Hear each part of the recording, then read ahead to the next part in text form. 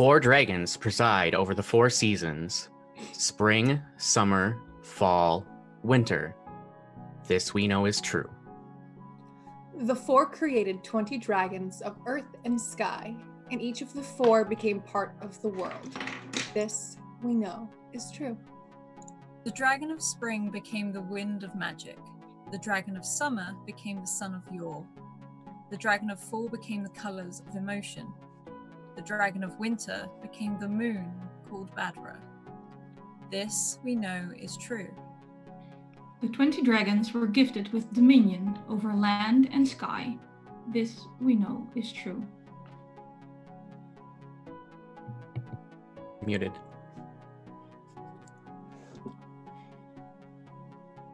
And in turn shaped the land, water, sky, and weather. This we know is true.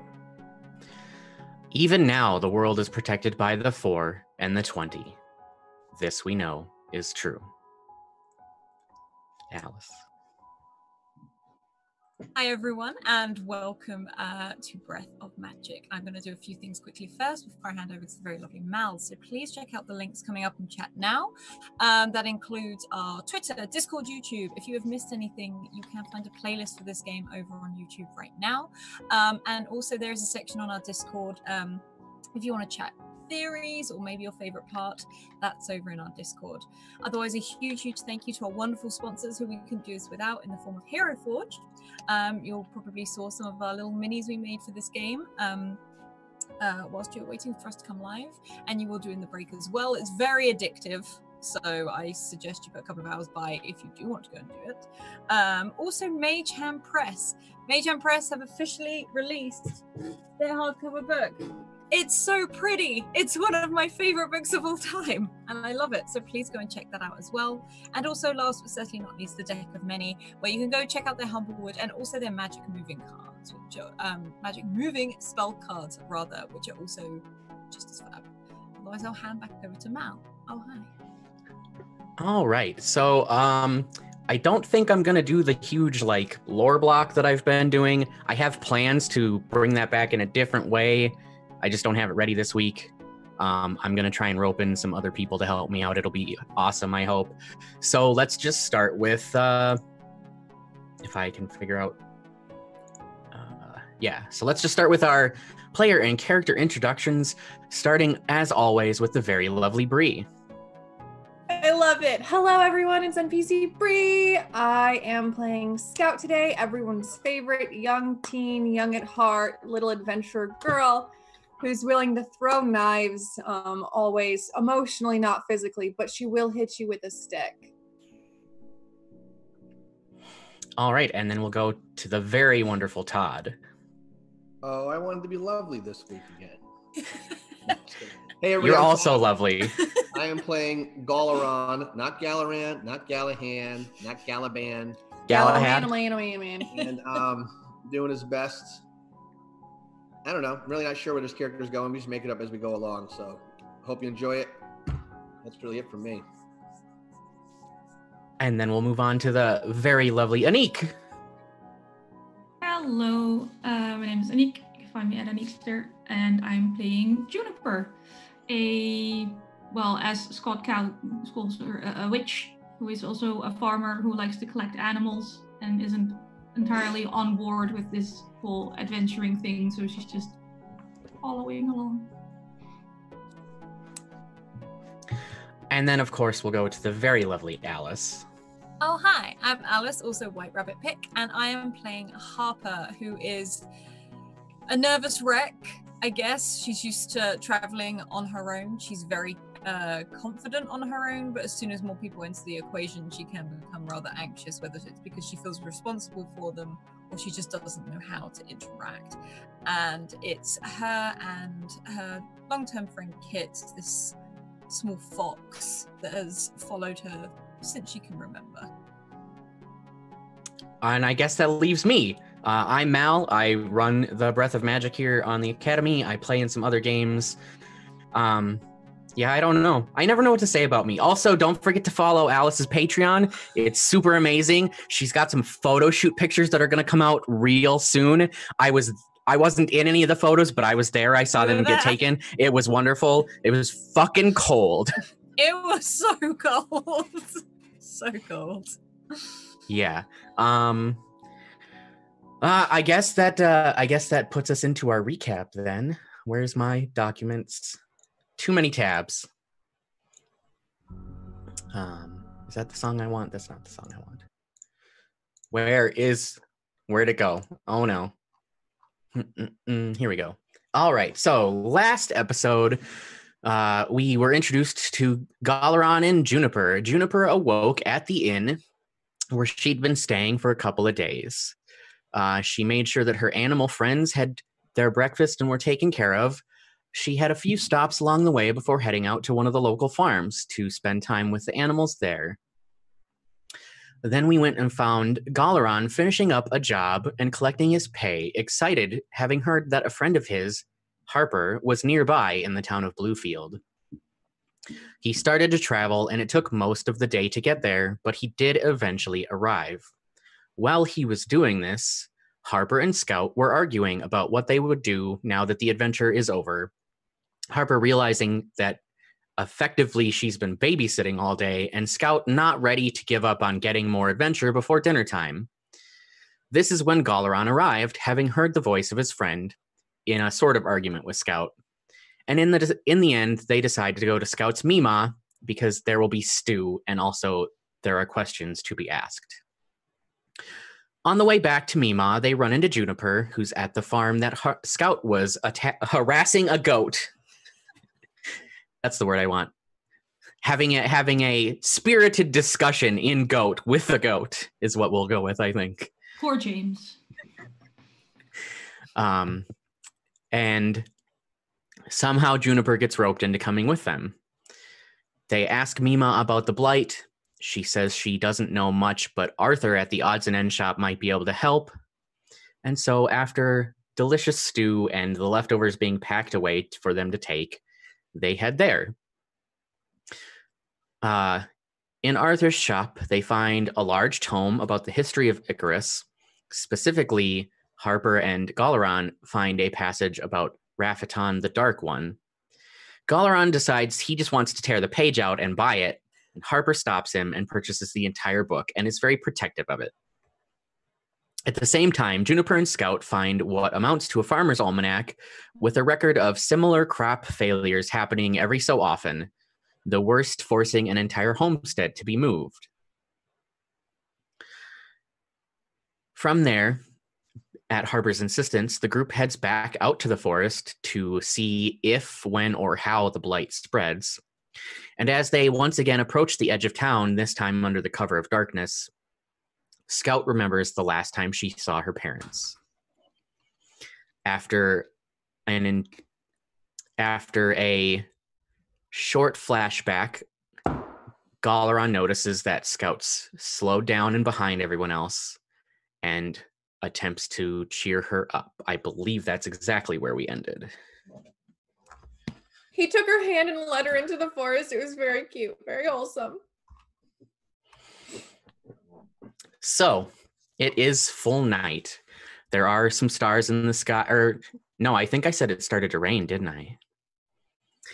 So, yes, it is cloudy. It is very dark, except for Juniper cast lights, I believe. So, other than the lights you were all given from Juniper, it is very dark because the moon and the stars are obscured by the clouds. And as Galaran leads Scout into the forest, the patter of rain does quicken as it starts to rain harder. What would you like to do?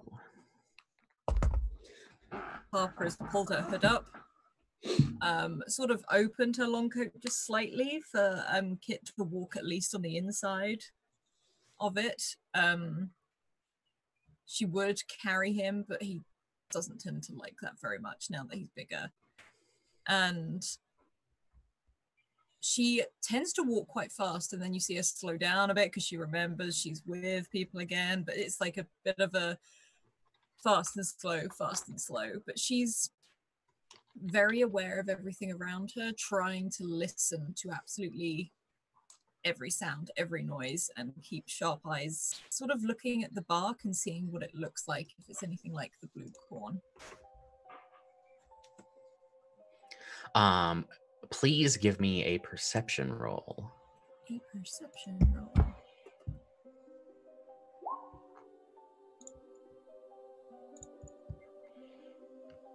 All right.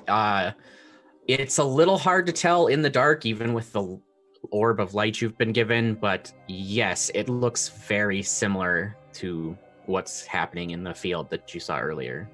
Yeah, she's sort of holding the orb up closer just to see if she can, as she sort of looks around these trees and does reach in and pull out a small glass tube again and does take some of the bark off and put it in and secure it tight before continuing walking, sort of stopping and looking back at her friends. Is like, it's all the same, it's everywhere, I don't know what to do, why is it doing this, but it's everywhere, and sort of pointing at the bark.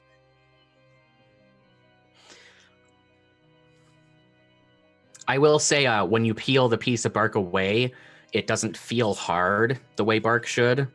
It almost feels spongy, like you could squeeze it. She's holding it in like amongst these, they're like wooden tweezers more than anything, and she's sort of like squeezing. They've been varnished, and she's like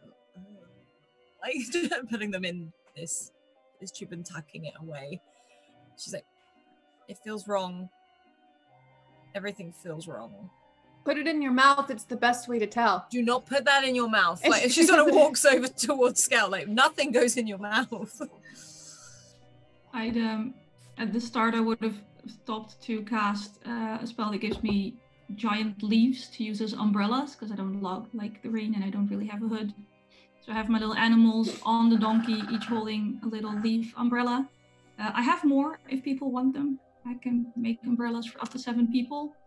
And while Harper is looking around for blight on the bark, Juniper's more paying attention to the animals nearby. Even at night, there should be a lot of animals moving around in the woods. There should just be regular forest noises, and Juniper's just checking to see if it's normal or if it's weirdly quiet or if there's something making suspicious noises. Okay, I will say, as you cast your spell and the leaves, I'm going to say that to do, even though it's probably not written this way, I think it's cool to cast the spell to get these leaves. You have seeds on you, and you actually make them sprout into the big leaves.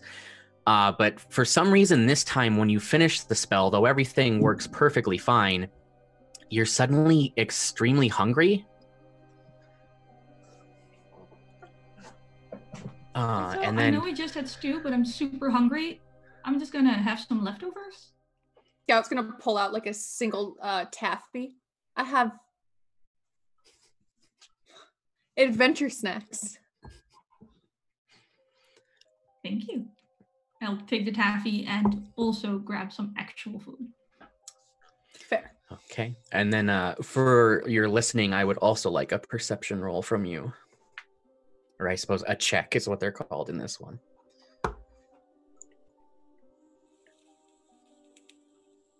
All right. Well, you get a fumble point because you got a 1. So everyone has a 1 fumble point. Or there's your fumble point, and then the group. The party has a fumble point, and I've not made a roll without a fumble yet. But you do hear that there are not the normal forest noises that you would expect. There are some forest noises, but they're far enough away that you can probably assume that they're avoiding whatever the area that's affected is. I'll point out to the group going, it's not just the trees, or at least even if it is just the trees, the animals know something's wrong as well. They're not here.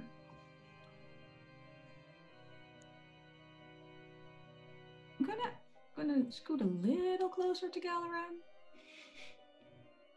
Sort of, kind of half behind him, maybe a little bit. Harper's now like bending down to the floor to check the earth because it is dark. She's holding that orb down to see if she can see any animal tracks, as if animals have left the area or if it's just there's nothing here.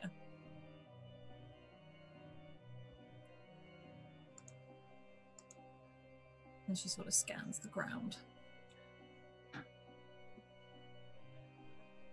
The ground in places does carry the same discoloration that the trees do. And she's sort of scanning over everything, moving this orb.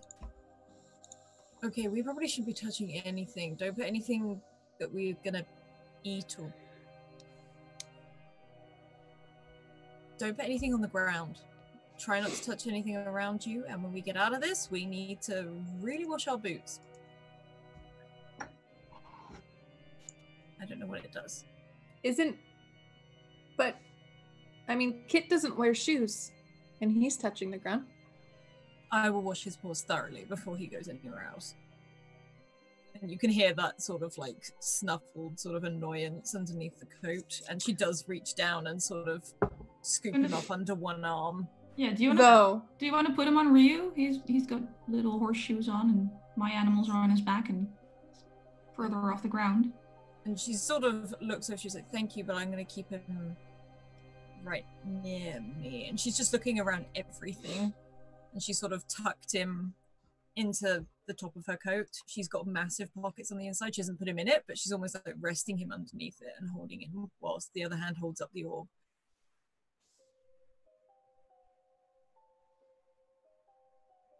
I've given an orb to Rebecca as well, so I can at least keep track of my livestock. A little cat bell with a light orb. Scouts? Now, is Galaran on the left or the right side as the party's like moving down? Are you? Where are you? I guess they'd be on the right side. All right, so I'm on the right side. So I'm gonna take the sword. The whole sword is lit up. I remember the blade's lit up. If I remember correctly. Just gonna kind of just point it to my left and just kind of scan as we're walking my left side, looking for any, trees. Not that they're rotted, but branches that are snapped, or anything that shows that people were in this area prior to us. Okay, make a perception check, please. Do I have advantages? Do you? You have an advantage and a guaranteed success. Yep. I'll use advantage now. Okay. So we just hit perception twice? Yep. Nice. Okay. It is very obvious that there's been no human traffic outside of what you would consider normal. Nothing is obviously broken as if someone was doing anything in the area.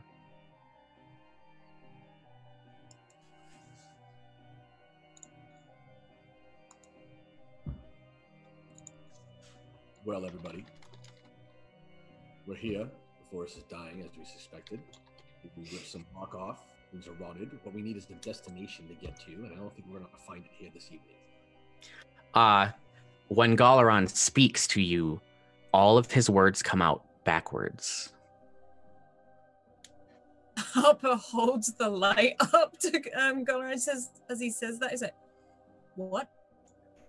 Yeah, I was half hiding behind you. I'm just gonna back away because that's not right. Galaran, are you okay? What's the problem? Everything is still backwards. Why are you talking like that? Harper gets awkwardly close and like shining this light up just to see if there's anything, and then she starts like looking down his arms or like his sword hand, see if there's any Scout, you were the this healer. disease on him. Go fix him. Backwards speaking am I. See, now you'd think that would make sense, but it still doesn't come out correct. Like the letters are backwards. Scout's gonna walk forward. Stick out your tongue. Can I hear her correctly? Yes, everyone sounds correct to you, Galaran, and your words sound correct to you. Harper holds the light up for Scout so that Scout can have a proper look. I reach into my pocket and pull out some paper. kind of lean over and write down what is the problem. Everything is backwards on the paper. Wait. This is. Would we know it's backwards if we could take a? Yes, if you're looking at him having written on the paper, yeah, it's I want to say it's like writing on a mirror where shit's flipped around, but like each letter individually is flipped the wrong way, not just the whole word. Yeah. Harper's like he's writing backwards. Halloran, you're all backwards, and I don't mean in a cultural sense. And I'm going to turn around and start leaving. Charades. When he points that way, is he pointing the right way or is he pointing the wrong way? All of his physical actions are correct for what he wants. Just whatever words he's trying to use are backwards. So he just claps twice, points at every one of you, and does the old "let's get the hell out of here," and turns around and starts walking slowly. He doesn't. Like actually, I'm sorry. I'm walking backwards, looking at them, going like this as I'm backing myself out of the forest. Yeah. And actively keeping an eye on every single one of them now. Following, making sure Scout's coming along. I'm sure Harper can deal with herself. And she's just like her brows are furrowed as she just kind of stares at him. What did he do? I think he touched something. I was told not to touch anything. Well, and you did well. And you did really well. Galaran claps his hand again. Yeah, we're coming. And like Harper sort of hurries up. She'll make sure she's the last behind to miss. If Juniper's getting Scout out, then she'll hang back. I have I'm putting my hand on Scout's lower back and just sort of ushering the way you do with semi-tardy children. And as she walks, and she walks and she's thinking, and it looks like she's thinking of something really important, but then she just goes, Narrowlog. That's Galaran backwards, right? Narrowlog. Is that what we're calling him now? Narrowlog. He seems to be hearing us fine, so if you're saying his name backwards, it's the sound. Oh, this is giving me a headache. Right, let's just get out of here. Let's follow him. Let's go. Yep. And Harper probably looks back just to sort of squint and see if she can. She's now thinking maybe there's a magic user or something out here that has done this to her friend, and she's just having a look, almost like a last scan, but she's backing away at the same time so she doesn't get lost from the group, but she's... Maybe he has a hole in his boots and the soil is touching his feet and that's what's doing this. There's a hole in my boot. Narrowlog, are you okay? Does it hurt? Hurt-tra? I like how we've given up all pretense of being quiet. Can we move faster, maybe? If Galaran stops walking backward and trusts us to follow, we make a bit of, faster movement. Okay. So you all follow Galaran to make your way back out of the forest? Oh yeah, absolutely. I'm not staying here alone. Are you nuts? I'm not leaving. I'm staying here.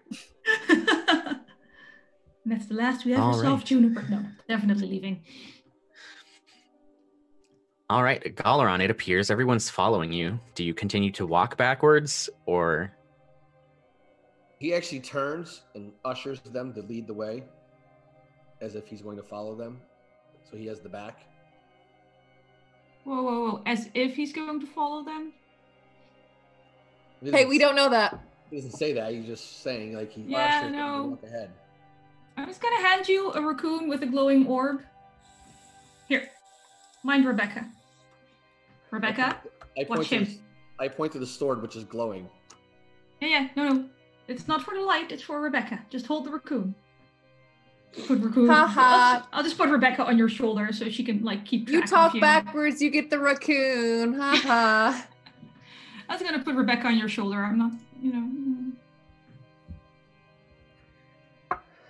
Scout walks ahead.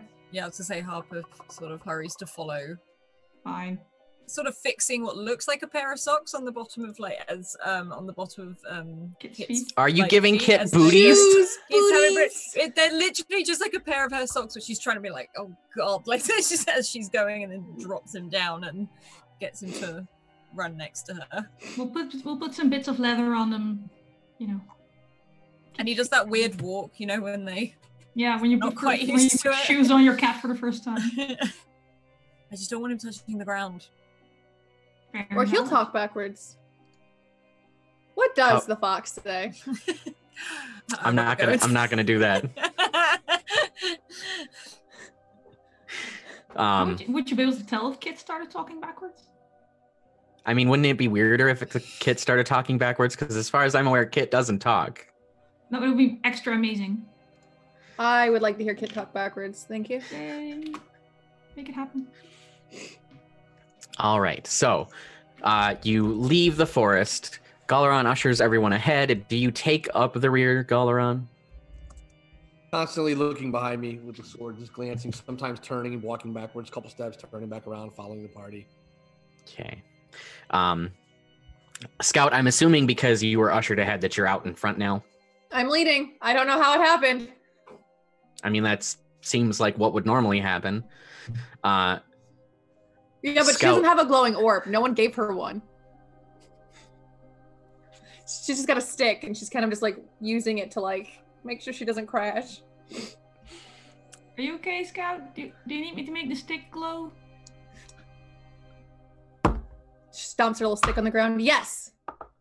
I will make your little stick glow. And now Scout is leading much more confidently. As I mark off my magic points. Okay. So I will say at this point, Scout's in the lead. Juniper had to go up and is next because she went to touch Scout's stick, which sounds a little wrong, but Don't make it sound like that. then Harper and then Galaran. Galaran and Rebecca. Right. It's Galaran's job to mind Rebecca, not mine. It's Rebecca's job to mind Galaran. Also valid. Scout, you run across that same bridge that you've now crossed a few times today. Juniper close behind. Harper, as you reach the bridge, you stop. And you don't see the forest behind you, the bridge under your feet. You see a bright sunny day with large cliffs on either side of you. And far, far in front of you is a massive bronze bridge covered in buildings and rail tracks. And suddenly you're back in that dark area on the bridge. I think she's come to a dead stop. Like, probably very, very upright. She leans down and picks up Kit again, and she's just looking around. She blinks a couple of times. She sort of presses her feet into the ground and around just to check that she's still there, or maybe it's a spongy sort of material, just in case. And she's like, she doesn't want to alarm the others, but she sort of grabs Galaran and is like, "Did you see that?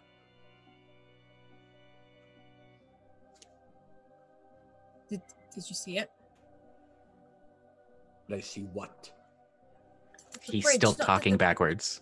And he's just like, "Oh God!" And like, she sort of gets really frustrated. She's like, "Okay, don't say anything. Just nod or shake your head. Did you see the bronze bridge with the buildings and the? It was sunny." Okay, I finally lost it. Great. Okay, and she starts to walk, even though Kind of very, just very puts steadily. puts his hand out to get her to keep walking. Yeah, she sort of lets him half push her go, but she is looking very warily. Everywhere. Is this place I recognize, or is this like something completely? I don't know that you would have ever seen it from the angle you just did, but you know that it's the city of Bronze Crossing. It is a city built between a cliffside, built entirely on top of a bridge. Okay. From what travels you've done, it is probably the most technologically advanced city until you get far up north where the Great Kingdom is. Yeah. Does she look visibly shaken all of a sudden? Like more than usual? More uncomfortable than normal. She looks a lot more uncomfortable, but in a different kind of way. She looks like she's seen something familiar.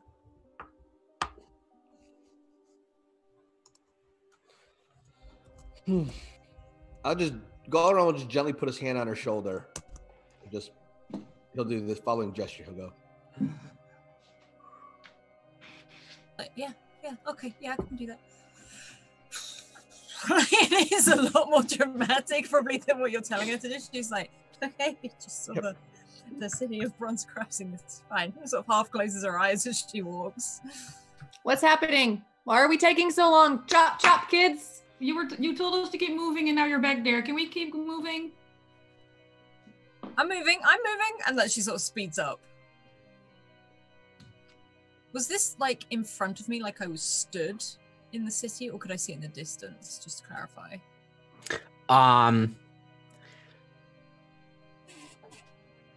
It was in the distance, but it was like you were stood there, like whatever the vantage, like. So, it's these huge cliffs with they call it the basket, but it's like elevators. That's how you get up and down the cliff to the bridge itself. Mm-hmm. And like where you were stood, as far as you remember from being in the city once or twice, there's no way to have stood where you were, but it's like you were stood there looking at the scene. Yeah, I think her eyes probably just keep an eye out for something else again, but at the moment she's like, it's just the forest playing tricks on you. Whatever is in the air, whatever those diseases is in the air, don't follow it, don't fall for it, just keep moving. She's sort of muttering to herself, and she allows Galaran to just sort of push her effectively to keep walking. Scout, where do you lead everyone?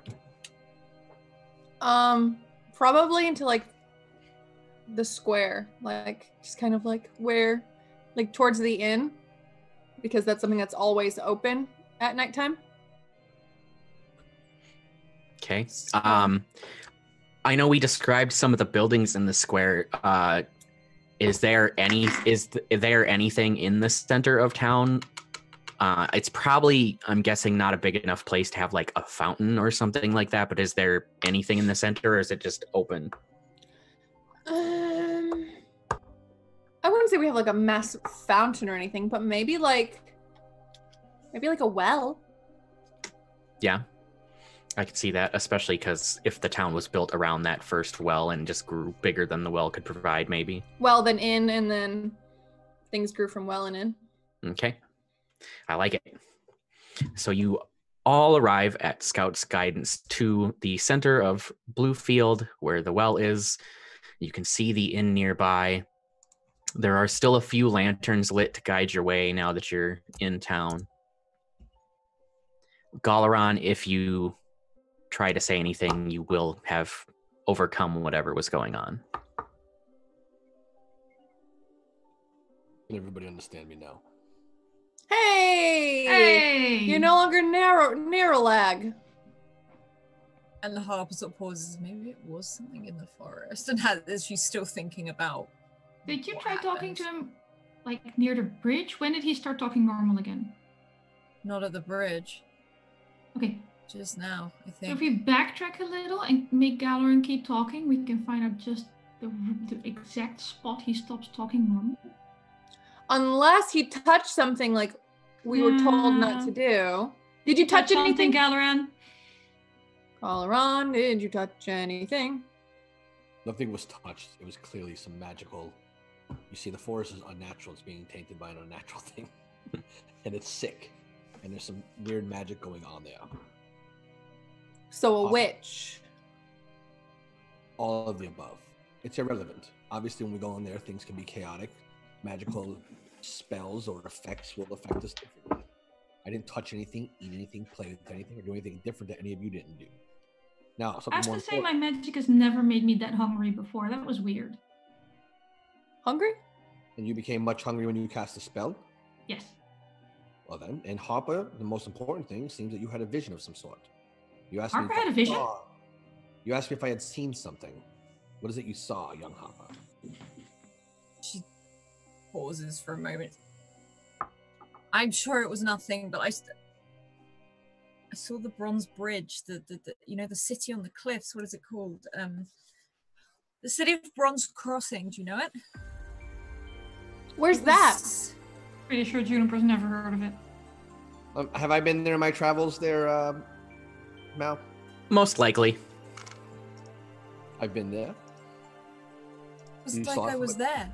I was stood in it. It wasn't even just seeing it. I was And you there. saw this while we were still inside the forest, or while I was still speaking backwards? Yeah, and it was daylight. Well, seems Does like... that mean that's where we have to go next? Well, Hopper, when you want to go on an adventure, you always look for signs on which way to go. So, I'm sorry, Scout. When you want to go on an adventure, you always look for signs of some sort. I would say, when I was in the forest, I had said, clearly we need a destination. We're not going to find anything here. Unfortunately, all of you couldn't understand me. All you said was blah, blah, blah, blah, blah, blah, blah, blah, blah, blah, blah. Yeah, more accurate. I believe it was blah, blah, blah, blah, blah, blah, blah, blah, blah, blah, blah, blah, blah. Yeah, you do have kind of an angry little extra bit every once in a while. That's right. Probably because he is a little bit extra angry every once in a while. I'm not angry. I'm always And calm. they're Mr. Grumpy Gills. Wait, so are we going to the city of Bronze Crossing? And for those of us who haven't traveled before, where is the city of Bronze Crossing? So Bronze Crossing is to the northwest. It's a few days or more. I'm not 100% sure on distances because I know part of the thing of Ryutama is travel. So travel will happen and we'll spend time on the road, but it's probably a few days. Juniper, you probably have heard the name of the town, even if you've never been there. It's roughly equidistant from Bluefield as your home, just in the other direction. So, like, if Bluefield's here, I'm mirrored. So, but if Bluefield's here, and your home's over on this side, Bronze Crossing would be the other direction. All right, fair enough. I was gonna say, if it's a few days away from Bluefield, I probably would have heard of it, because then it's also a few days away from Maple Ward.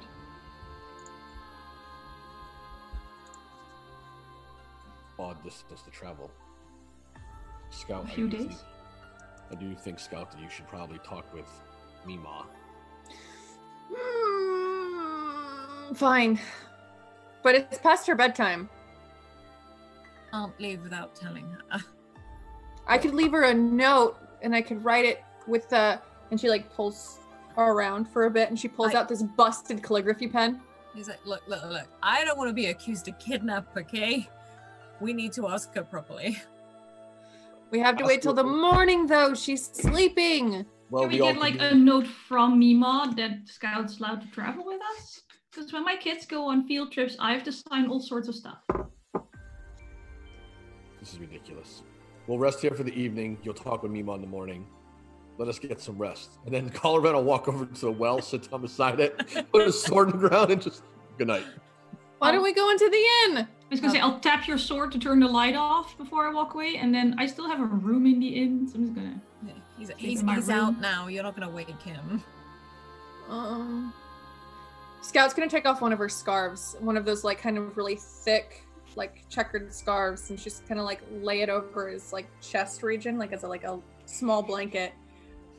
Before she just walks into the inn too. If anything, she'll sleep on like the sitting couch in there. It's not the first time. It won't be the You can last. share my room. It's like, if I managed to fit in there with all the animals, I can add a teenager. When you say that, she like runs past you eagerly. Cool. Harper she's got a weird thing that she sleeps outside so much that sometimes sleeping in an inn weirds her out. So he probably props herself up against the well as well, takes her coat off and wraps it around her the other way, and gets Kit to sort of sit on her chest and sort of just so that she's close enough to Galoran so that if anything does happen, she can wake him quickly. But she does prop up and go to sleep. All right. Harbor, do you spend any more time before you fall asleep thinking about what you saw on the bridge? She does ponder. Her eyes do linger back towards the forest line. She doesn't go straight to sleep. She stares at the edge of the town as far as she can towards where it all happened. And it probably takes her a while to go to sleep, but she can hear Kit breathing calmingly, probably on her chest, but her eyes don't leave that point, as if she's waiting for something else to show. Can I get a sense check, please? Oh no. Oh dear. I'm senseless. You are staring off back at the forest. You're listening to Kit's breathing beside you, and probably Galaron too. Galaron, do you snore? No, he's actually a very, very light sleeper and absolutely dead silent. Like he barely breathes while he's sleeping. Oh, so he seems like It's the kind of kinda guy who like creepy. you think he's dead when he falls asleep. It's actually kind of creepy, yeah. Yeah, it's kind of creepy, but I think Harper's used to it, so it's just... It's almost like he's trained with every single noise that happens to hold his breath. So as if he was sleeping outside doing a scouting mission or something, he knows to be completely silent even while he's sleeping. Okay. So the soft breath of Kit nearby and the what would be unnerving silence from Galaron to most people, you find your eyes growing heavy slowly. And your last thought before you fall asleep brings you back to the vision. And you are looking at the city, and right before you lose the image again, your eyes travel up high into the sky, and you see a winged shape. And then you sleep. Juniper and Scout, you head up to Juniper's room. What happens when you get ready to go to sleep? Well, I'm gonna park Scout and assorted animals in the room first, but I have to head back downstairs for just a second to put the donkey in the stable. So I'm just gonna take off the Scout and leave her in my room for a second, alone. So I you go know, deal with my donkey. you know how like hotels and stuff, they have all those extra blankets and pillows like in like a closet? Like way too many. Way too many. So she's gonna like pile them up on the floor and make like this big circular nest of things. And I think she's going to fall asleep there and hope that Rebecca doesn't fall asleep in her hair. But if she does, I mean, there's plenty of hair.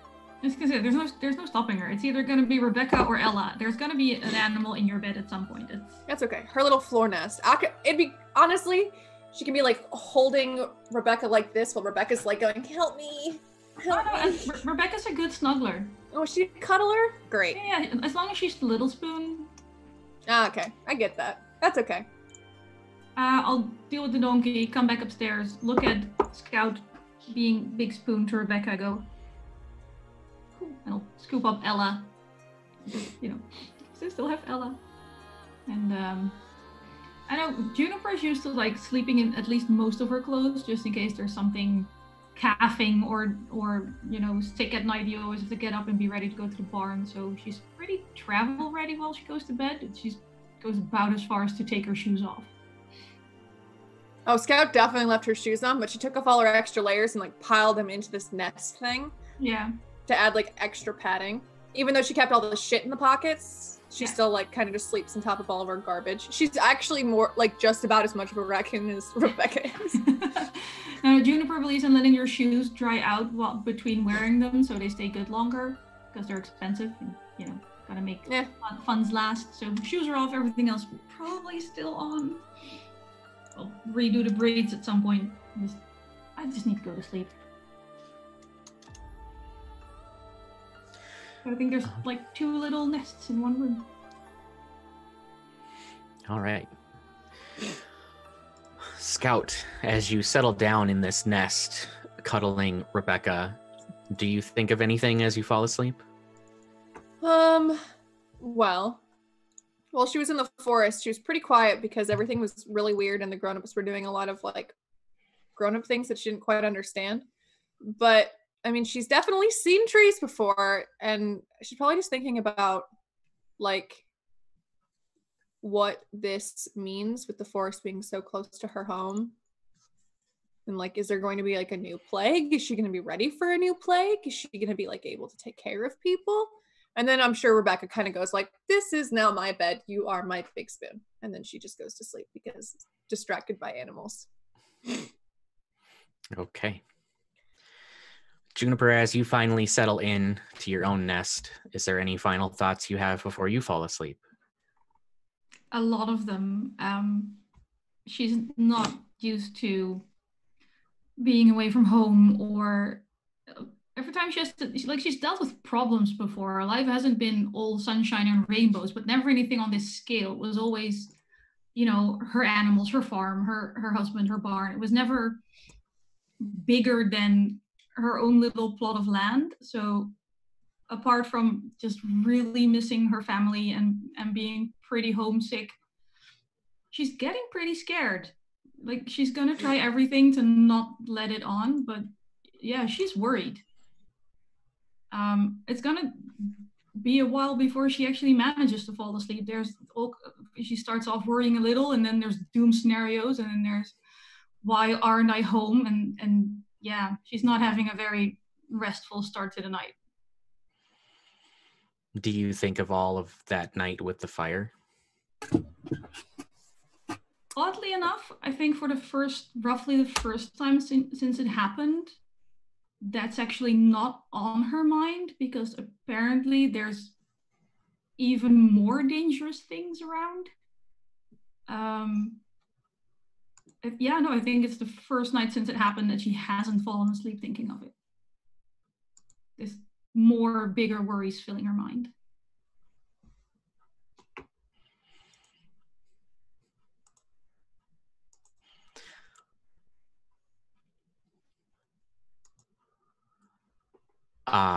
All right. So I think, you spend a little time worrying, and it probably isn't the best night's sleep you've ever gotten.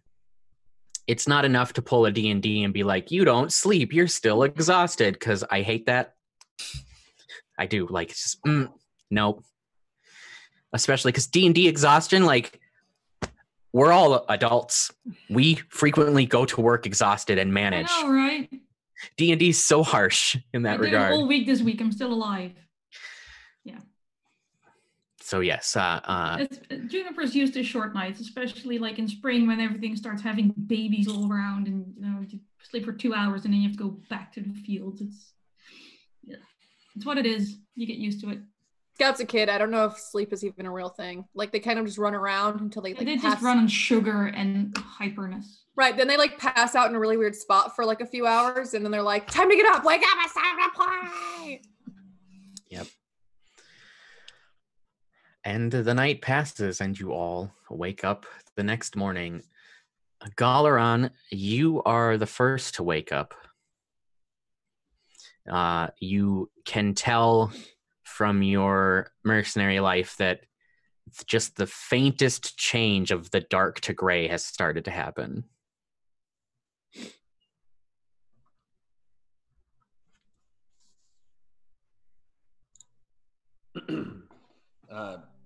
We look over at Harper. How's she doing? She's just sleeping sound? Is it chilly out? Is it cold out? It definitely, because it's late autumn, it's gotten chilly enough that you can probably see your breath in the air. All right, he will stand up, kind of stretch his back, take off my cloak, go over and cover Harper a little bit with it, and then just kind of like walk around the town center, looking down corridors, looking down alleyways, almost like that's the itinerary of what's in his mind. Even though he's in a safe place, in a safe town, he still wants to look around and make sure nothing's changed. And as he's walking, maybe he'll just be like, what the hell am I doing? Just an adventure for I'll probably find some mercenary work there, spend some time with Harper. This will be great, but back to work soon. Back to work soon, I think. Ugh. Well, in either case, just for a little while, a little break from the mercenary life. Work will come. And he'll just keep peering around, looking around, and it's pretty much what he'll do the whole morning routine. Take his time doing it. Always in line sight of Harper, though, in case anything were to come out of the well or come from any place. Never leaves line of sight of where Harper is. Okay. It's very obvious that Hazel in the bakery has started the morning routine as well, and you can smell the fresh baked goods cooking. Oh, I'm going to go buy fresh baked goods for everybody. All right. Well, you can certainly head into the inn. It probably is a minute because everything's still in the oven cooking, but Hazel's husband definitely will help you purchase things that are on the menu for the morning. I also require provisions for travel. Food that can last for a while, over days, longevity, shelf life, water skins, or poor people and some animals. Well, George is a very not soft-spoken is what I want to say. He's a man of very few words. But he conveys that he can give you like hard rolls and other things that'll last a little while, but for proper road ration type things, you're probably going to want to see what Arthur has, or one of the other shops in town that's more equipped for things like that. Nonsense. Are the rolls edible after a couple of days? Mm. They'll do fine. Some rolls, please. And he, as soon as all your baked goods are ready, he hands you not like it's essentially like a paper bag, but I don't think paper of that caliber is something that's easily come by. And everything's handed to you, and then there's also a pile of taffies thrown in. Excellent. What room is the young scout and Juniper staying in? He just kind of grunts and gestures and holds up his hand with a number. So Galaran will go to the door and lay down like some paper or something and put a few breakfast treats at the door for them. And then he'll go out to Harper, wrap one up, and pull like half of one off for Kit, and kind of just put it next to her as well, and then continue his morning rounds. Okay. Harper, you wake up as the gray sky turns a little pink, and a bit away from you, you can see Galaran walking around, and you smell the smell of rolls. She sort of emerges from the cloak that she didn't realize was there as it sort of falls off of her face. So she sort of blinks in the sunlight, mainly because her nose is twitching, but also as her nose is twitching, this fox nose comes up because it can smell something as well, and sort of looks around and grabs down at these rolls that you can see split off, like sort of keeping the coat almost over her because it's still cold, handing it to Kit, and probably devouring the one she has, especially because it's warm, trying to hold it in her hands for as long as she can, but she is very, very hungry. She can't help but smile as she sees him doing the rounds, which is what she's seen him do before. And she's just like, never stay still, and continues to eat. And she probably feels a lot calmer until maybe she looks towards in the direction of the forest again, where there's that weird feeling of uneasiness. She's not too sure why, but the forest is normally what she would find most welcoming, and at the moment it's not, and that scares her.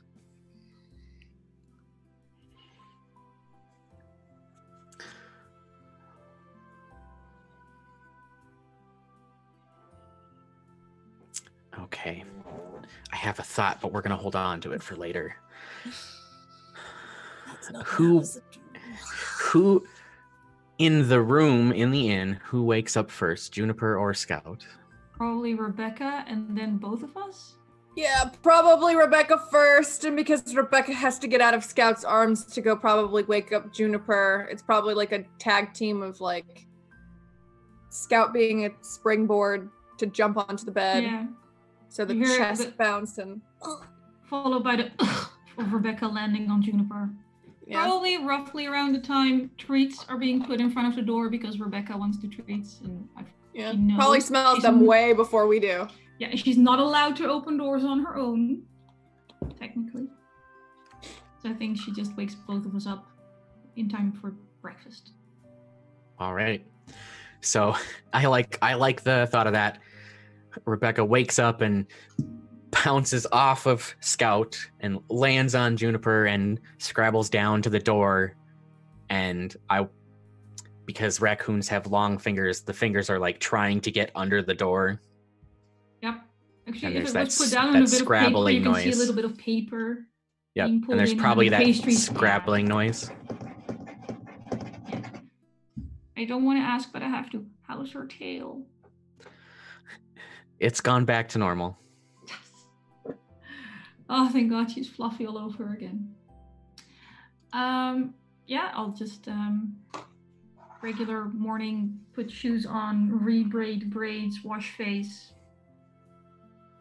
You make Rebecca wait the whole time while you do this before As you a get the matter food. of- no, I'm just letting her pull the bit of paper in and then sort of hop around the door.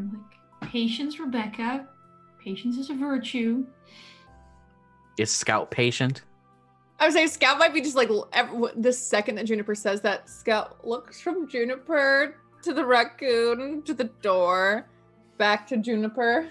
While you're doing that scan, you briefly meet eyes with Ella, who is judging you because she's just this pretty little fox sitting on the dresser waiting for everyone to start behaving like cultured adults. And Scout, like her, like had a little tie to keep her hair up while she was sleeping, but it's definitely like came undone. Like a huge pile of just like messy curls over like this half of the face. It's really flat here where she laid down. It's kind of like wrapped all around. Her clothes are all disheveled and she still has like half of her like coats and scarves still like on the floor. Has one shoe on because she kicked off one while she was sleeping and she's just looking at Juniper like, Oh, go on. ah, yes. All right, yeah, you rush to the door. Rebecca gets just out of the way, and you swing the door open, and there's breakfast waiting for you on the floor in front of the door. Scout picks it up Nice. first. Which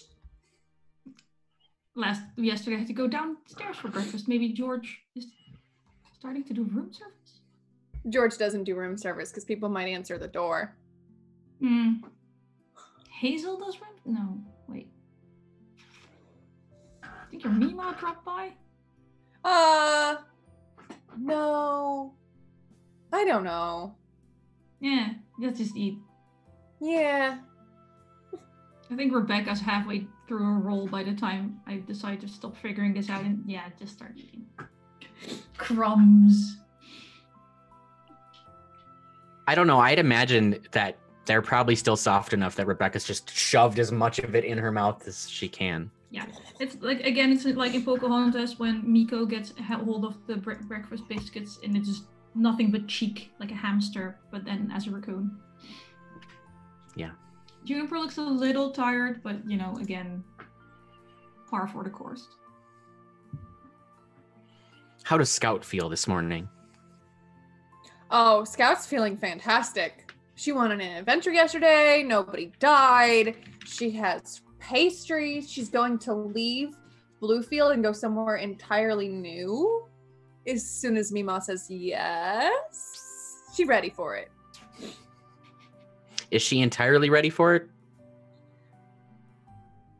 In the moment, she hasn't thought about the fact of the matter that, like, she's got messy hair right now, but, Mima brushes her hair every morning, and Mima's there every morning. It hasn't quite hit her right now. Right now, she's kind of like a feral kid who's going on an adventure, but has not quite thought of the repercussions of not having Hadn't thought about that part yet. Give it about a day. Okay. Junior's about to suggest you at least braid it or bun it or French braid it or I'm just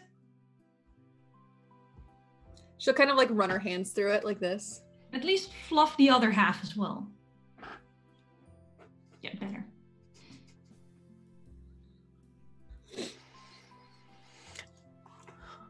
All right. How long does it take for Juniper and Scout and Rebecca and everyone to head outside? Considering the speed with which everyone eats, I don't think we take very long. I have to stop by the innkeeper and say thanks and pay for another night, so half an hour?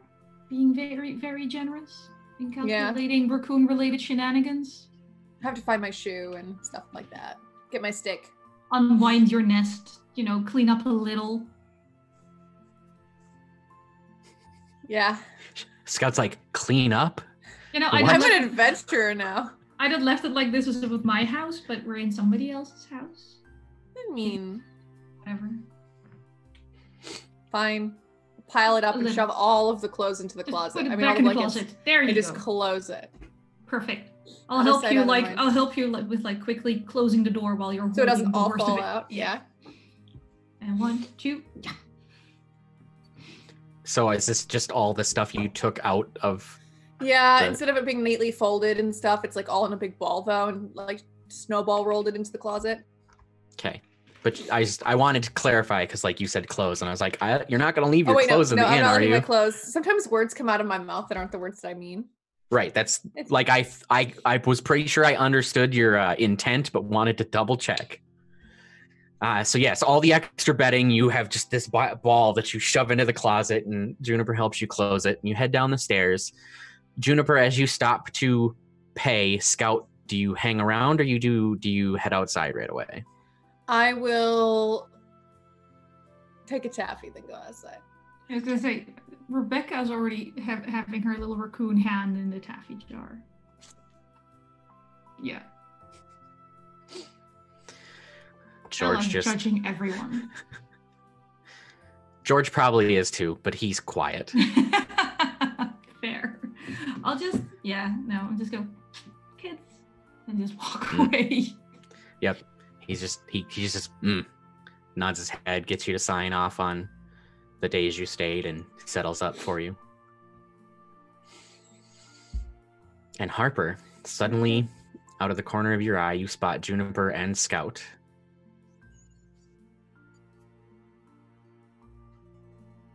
And I think she sort of pauses for a moment, not sort of jumping up or anything like that, but she does get to her feet, realizing she's just a mass of coats and capes and sat there gnawing on bread.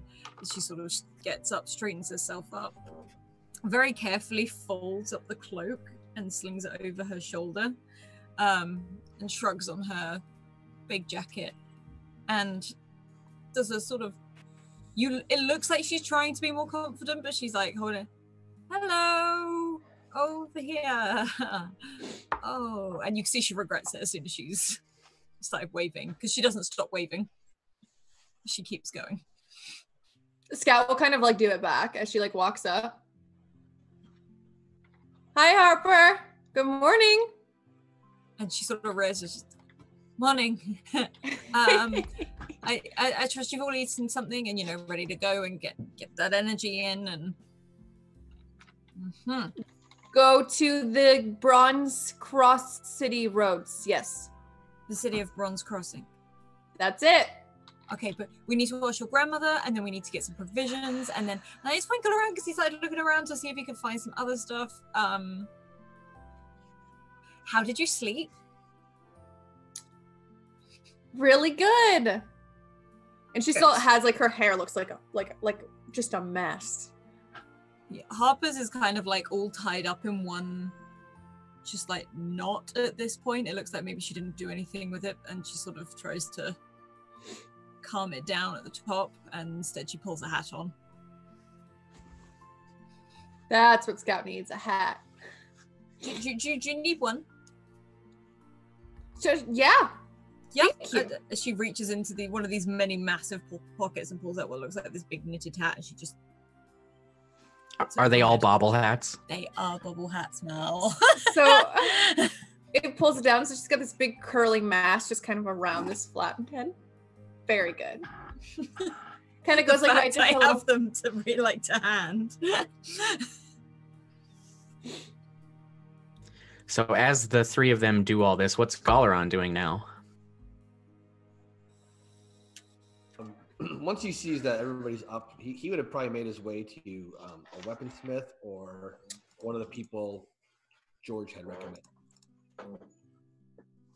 Reminding himself, like, real provisions is also a valuable asset, Galaron. Not just stale bread after 3 days. It's good enough for you, it's not good enough for everybody. Traveling companions, not mercenary soldiers. Traveling companions, not mercenary soldiers. And he makes his way to like a weaponsmith and then one of the other people that George had recommended. Okay. I don't know that there's a weaponsmith, but there's definitely a town blacksmith who would do like the repairs for the farming implements and stuff like that. All right, let me rephrase it then. He's looking for anybody carrying a small sword or a large knife. Like just townspeople, or just anybody walking around that might be carrying a weapon, or someone who's selling a weapon, or a weapon in a window, or as he makes his way to the blacksmith, if he sees somebody, he'll stop him. Okay. Let's see.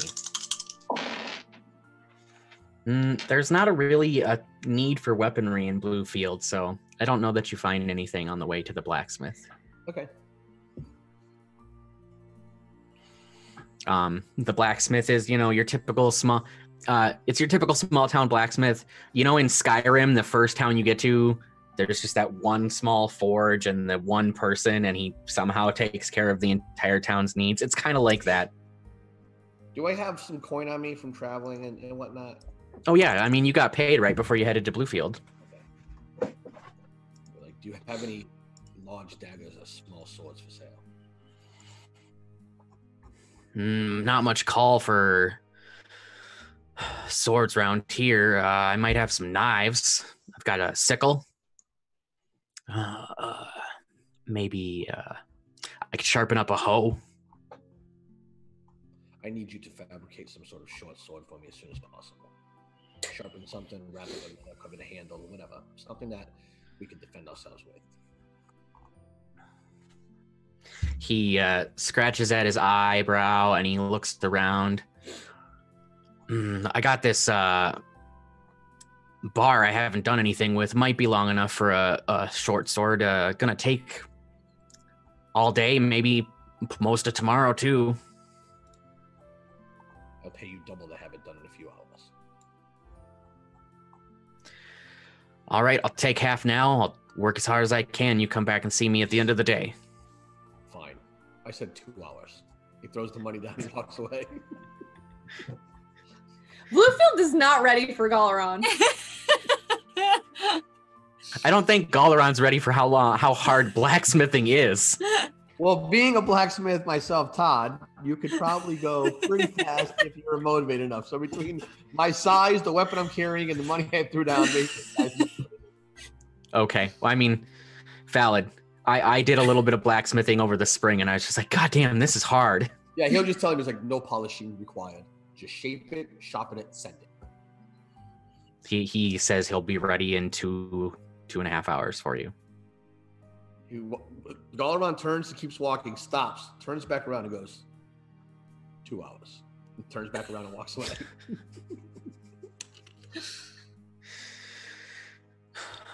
And then, yeah, there's another more, it's not like Arthur's Odds and Ends shop, but there's another, general goods style place where you can get your proper provisions and like water skins. I mean, you could just fill your water. If you have enough water skins, you could just fill them in the well, probably.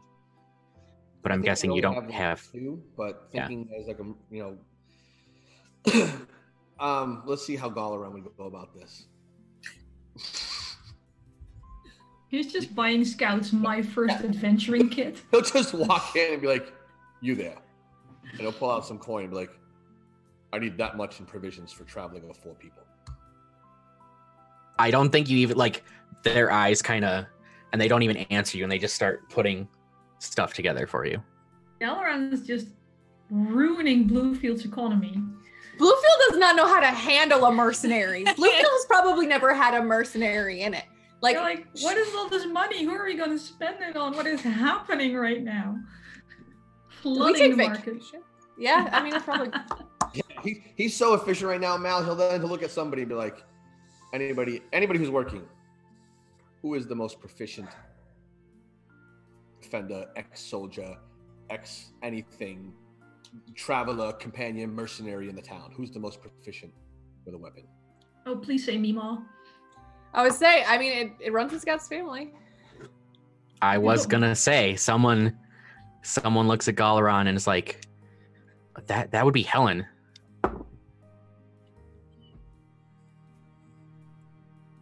She traveled a lot in her younger days. Wait, I thought her name was Heather. It's Heather. Is it Heather? Yeah. Heather, right? It's Heather. I'm assuming that's what That's what I meant. Sorry. You're more than fun. Excellent. Wonderful. And that's where Scout is headed. She's proficient in knitting needles. Just watch her do her thing. As he's standing in this store, he's looking around for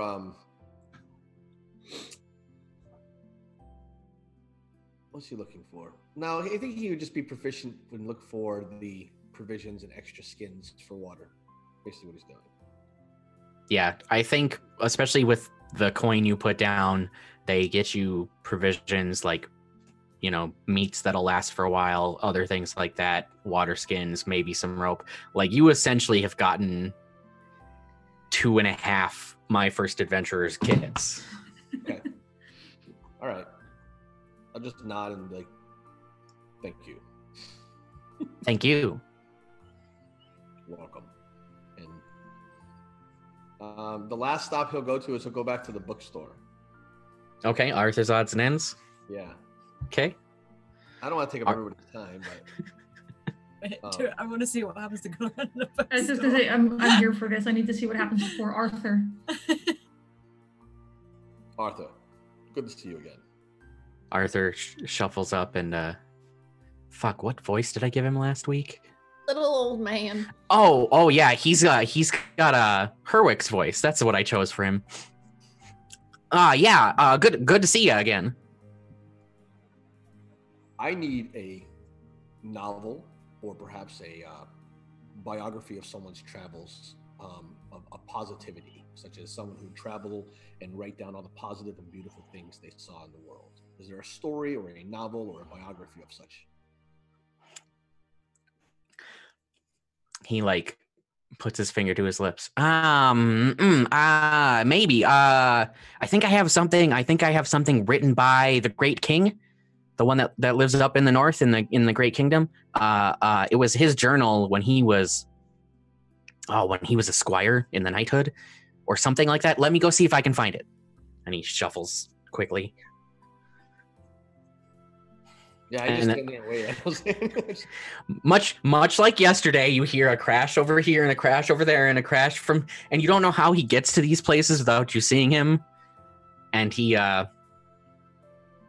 eventually he shuffles up with this very small, compact leather volume. Obviously, this is a reproduction, and I'm sure there's stuff that's omitted, but this is probably the closest I've got to what you're looking for. I'll just open a page, flip through a bunch, and then just start reading a page just to get a general gist of what the theme of it is, like what it says. Is it like, oh dear, we're fighting monsters again. 4 soldiers fucking died yesterday. It's like, or is it more like, oh, I saw this place was wonderful. So, it's a jolly type writing. You can see that it's like an actual personal. It was a reproduction of like a personal journal, and so there's dates, and so there's good things and bad things. I'll go to I'll go to the last page. What is the last entry? Positivity or like, oh well, my mom died. That's the end of my adventuring days. The last entry is it's something about how the campaign is finally over and he's grateful to be going home with his friends.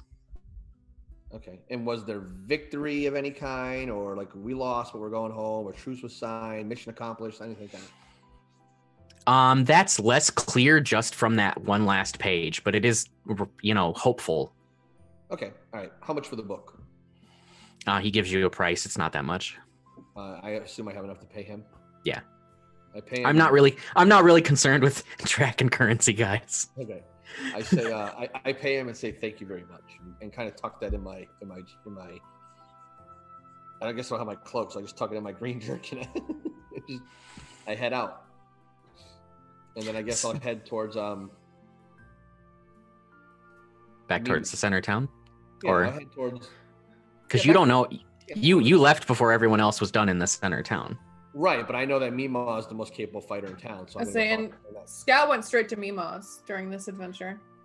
Okay, so Galaran's going to head to there in time. They'll probably get there before me. Mal, you can move to them. Galaran will head to Mima's. Well, Galaran's doing all this shopping. What is everyone else doing? Scout was going to go to Mima's. To Mima. Harper will probably follow. Sort of looks around briefly for Galaran, but there's to give him back his cloak, but can't find him.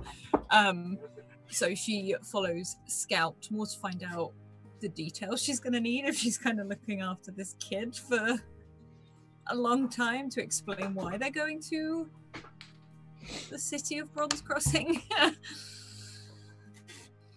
Juniper's following with everything animal-wise, partly because she doesn't know what else to do. She's already, like, with the adventuring gear, she already prepared because she figured she was going adventuring, so like her pack animals fully packed. She just really wants to see Harper talk to Mima about Scout. She's got to be here for this. Scout's strong and capable. She can actually know. Scout kind of wants to hear Harper to explain it too, but exactly. I just want to see Harper do it, and so does Juniper. Okay. You make the short trek from the center of town to Mima's. It's not far. I mean, you can see the inn from Mima's door. And Scout, I'm assuming, as per normal, you throw the door open and announce your presence. Yep, with the pose. I have returned with important news, Mima. I also need Mom and Dad's chest. And Harper's just like, hi, from behind that amazing entrance. Yeah, and Juniper's tying Ryu to the post out front and going, hi, Heather. And Heather comes around from wherever she is, probably still in the kitchen from this morning, drying off her hands. You have news and you want the chest. Perhaps you'd better tell me what's going on. And she kind of steps to the side and kind of gestures her hand to Harper. The forest is dying and we have to go to the crossroads of the Bronze Bridge of, where are we going again? City of Bronze Crossing. There. And you're going there because the forest is dying? Well, we were in the forest and then the forest didn't look great. So we figured we should do something about that. And then I had, I guess, this is crazy. It sounds really, really crazy. Like a vision of the city of Bronze Crossing, and we want to go there. And I just wanted to see if Scout could come.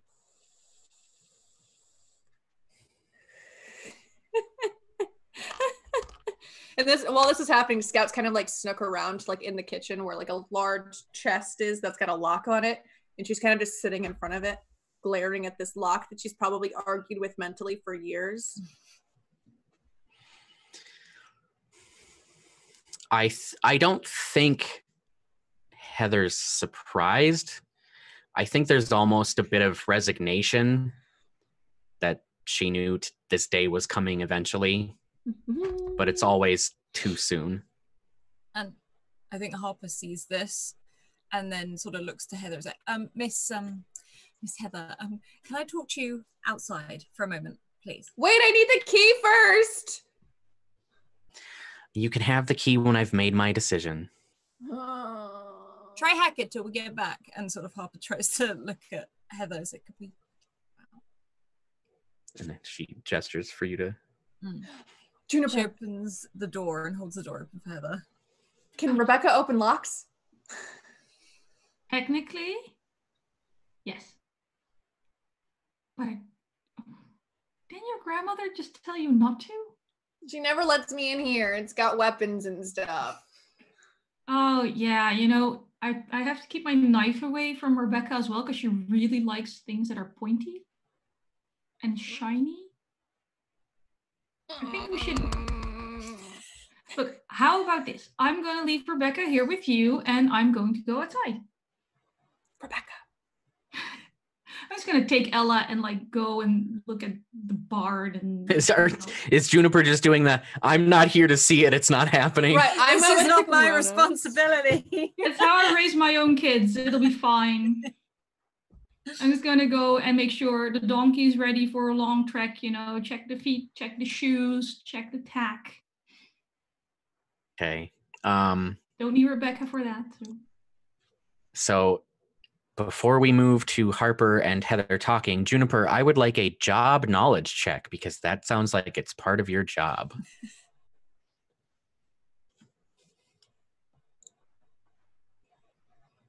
Don't you love that? It's almost like I sort of know what I'm doing.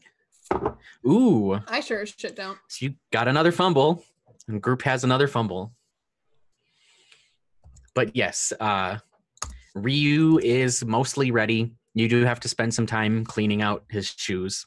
Remind me when I can spend fumble points. You can add a fumble point, I believe, to pretty much any roll because it's just a +1. Okay, so this is an 8. Was that enough, or do I just add a fumble point? I don't know what No, the that's DC is. you're good. Okay, I'll just keep the fumble points.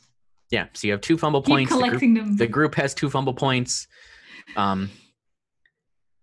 Just because I don't know that chat knows, but because chat can donate advantages and other things, we're probably gonna not roll over fumble points.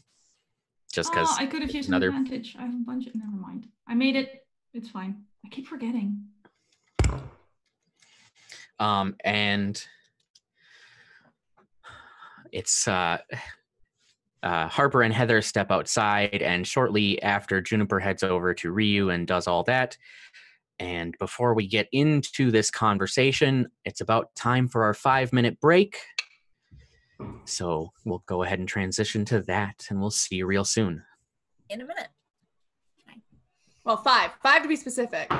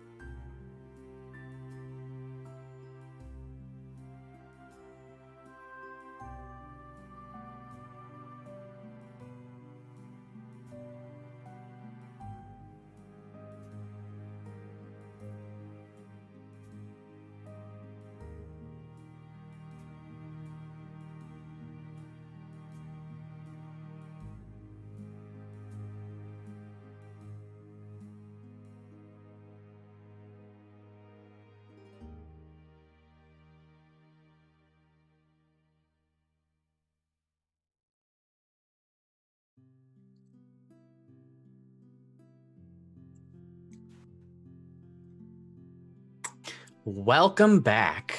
I hope everyone had a good break, got a stretch, maybe used the bathroom, got a new drink. Everyone's got to stay hydrated, especially this time of year.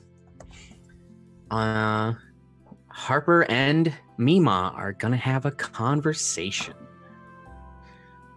So Heather follows you outside, Harper. Depending on where Kit is, Heather might even give Kit a little scritch. Harper she paces backwards and forwards just a little bit, but she makes sure they're out of way of like any hearing distance. Maybe if there's like a washing line outside, she's almost like conspicuously using them like curtains. And she looks at Heather and she's like, right, okay, I've got an idea, proposition, kind of sort of thing. Scout is going to come with us one way or another. And by that, I mean, she's going to go if you say, no, because I'm pretty sure she's very good at climbing out of windows and down drain pipes and just escaping in general. So to make you feel more comfortable, of course, only if she wants to, I was going to offer her to be my apprentice. Oh, apprentice merchant? Half merchant, half something else. I'll teach her everything, and I'll look after her, and I'll feed her, obviously. In fact, I think she'll probably do a better job at looking after me. One thing I would like to keep pretty private, and she sort of looks down at Kit. This is a familiar, not just a fox. So, if it's not too off-putting, which I know it is for some, I can teach her some magic, or at least how to control it and use it for safety reasons, of course, not for anything, to defend herself. I don't have any useful magic, as many other people do. But I won't use it on her. I won't. I barely use it myself. In fact, no one really knows that I do it.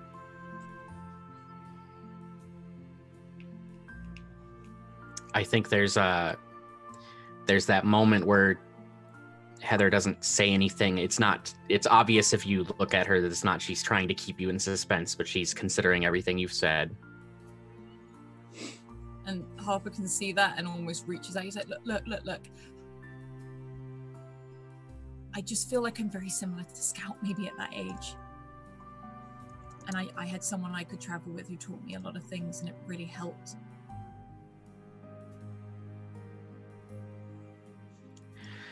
You're right. She'll go one way or the other. And it would be better, I'd feel better if she had a group to look after her. And I traveled when I was young. If you think she's a good candidate to take on as an apprentice, of course you can teach her whatever you feel is important to know. Only if she wants to. It's just an option. She just had a thing that she wanted to be a merchant. I'm not too sure if that was an actual thing or a spur of the moment. I don't know, but what I'm saying is this could be good for her. I agree. I thank you for the offer. It means a lot knowing that someone cares that much. Okay. If we could keep the whole magic using thing a bit more quieter, that would be great, please. Yes. Okay. I won't tell anyone. Fab. Okay, thanks. And she sort of looks around, like through the linen hanging on the lines, and is like, I suppose we should hurry back because she's definitely going to get into that chest. She can try. You walk in and all the silverware is on the floor because she's been trying to poke them in, and she's arguing, she's chittering back and forth with this fucking raccoon. Yeah, totally. That's... Rebecca's doing her best, okay? I know. Rebecca's yelling at her I That's probably Rebecca probably is yelling like, I'm doing the best I can. Damn it, I'm a raccoon, not a dog. I'm a raccoon, not a locksmith.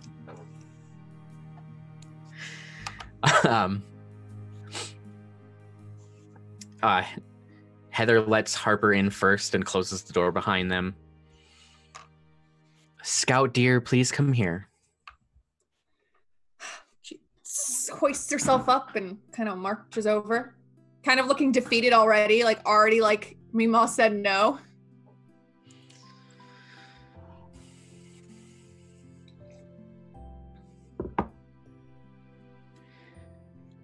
You're gonna leave town, aren't you?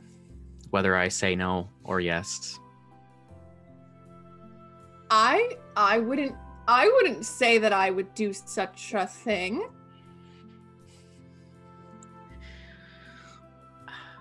I don't believe you. You've got too much of your mother in you. Harper has offered to go with you and teach you. She'll help you and you'll protect each other. Have to listen to me. Always listen first. Don't eat nuts second. That's it. That's exactly it. We're going to be implementing that a lot.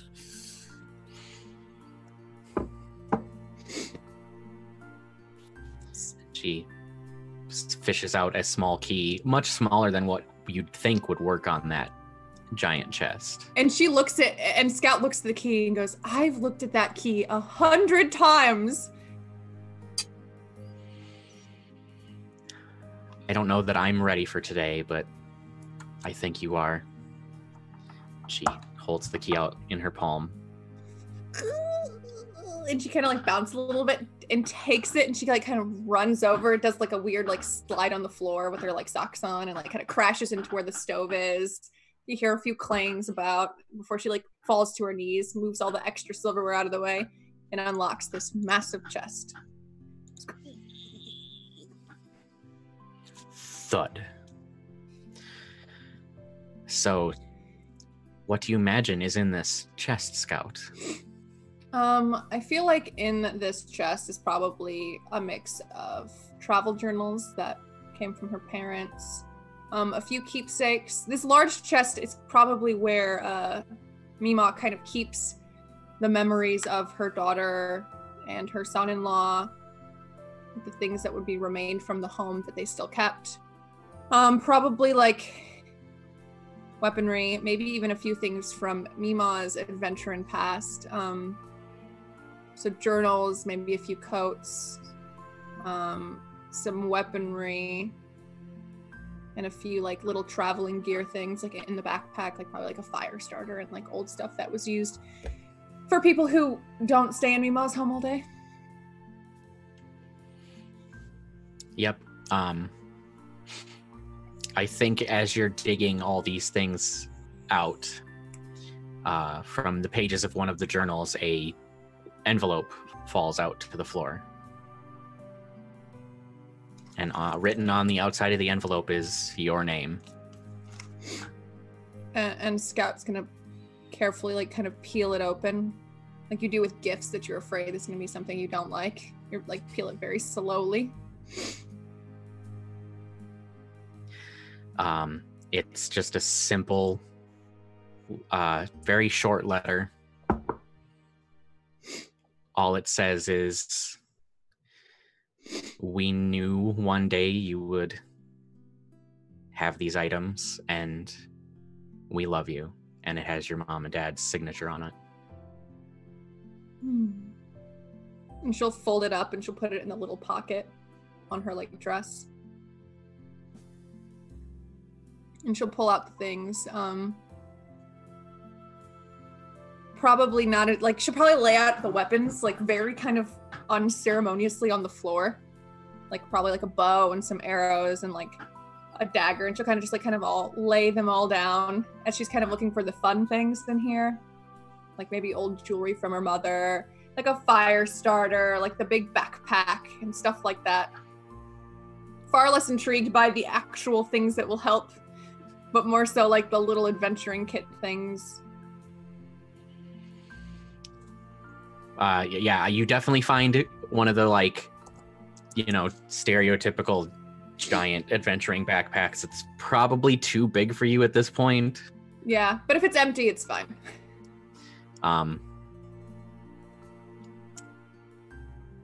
Yeah, you find like a fire starter type thing. I don't think there's any jewelry in the chest. My mom was so unfun. She's like, I want to find merchant things.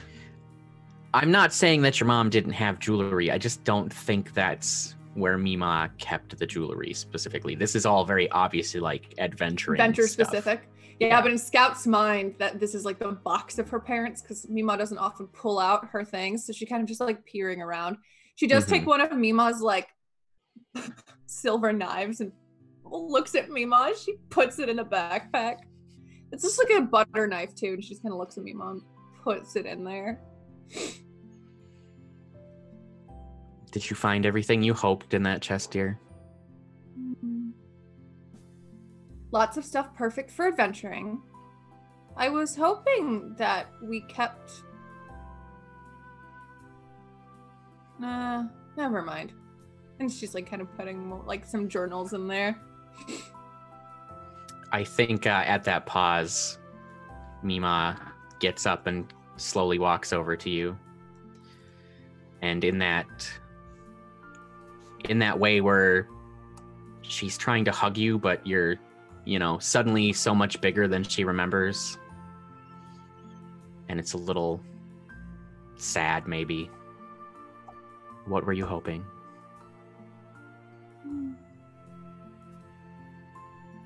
I don't know. Just maybe other things to help remember Ma and Pa by.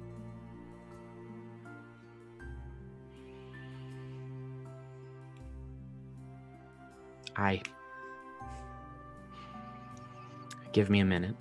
And she heads probably to the I forget, did we say is this home a 1-floor building or a 2-floor building? It's a big 1-floor, big ranch style.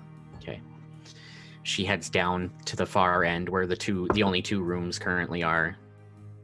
Because I'm sure there's been a couple of remodels over the time. And after a few minutes, she comes out with something clasped in her 2 hands. And she holds it out to you. It's a small locket.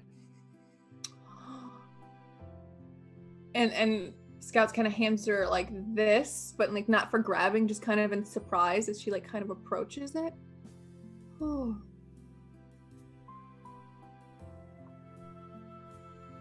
She holds it out for you. And Scout will take it and kind of like open the locket. It's a single picture. Not like a photograph, but it's more like a painting, but more realistic. It probably was done with magic. And it's your parents when they were younger and you were still a baby. Ooh, Mima. And Scout like looks at her with these like big eyes. The big kid eyes that Mima's probably far used to, the one part of her that doesn't change as she ages. Yeah, and I think if you look up at Mima, you can see that she's trying to hold back tears. And Scout will kind of like wrap her up in a big hug. She returns the hug, and I think there's a catch in her breathing for a moment. And she lets you hug as long as you want and eventually kind of sets you back a little. You'll listen to Harper. I want you to write often. I don't expect every day. I know adventuring life can be hard, but as often as you can, I'll be here. Mm-hmm. And don't worry. I mean, Juniper's really smart, and she's a witch, and Galaron has a big sword, and he even fought the chicken people, the egg monsters with legs. So, I mean, I've got some very smart grown-ups. And they have you. You can help keep them healthy like you do the people in town. Mm-hmm. Do I need to leave a cheat sheet? I've known you your whole life. I think I can manage. Okay.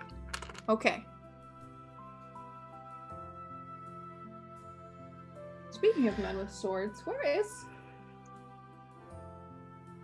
Galaran? And I think that's a good time to look in. Galaran, you arrive at Mima's house.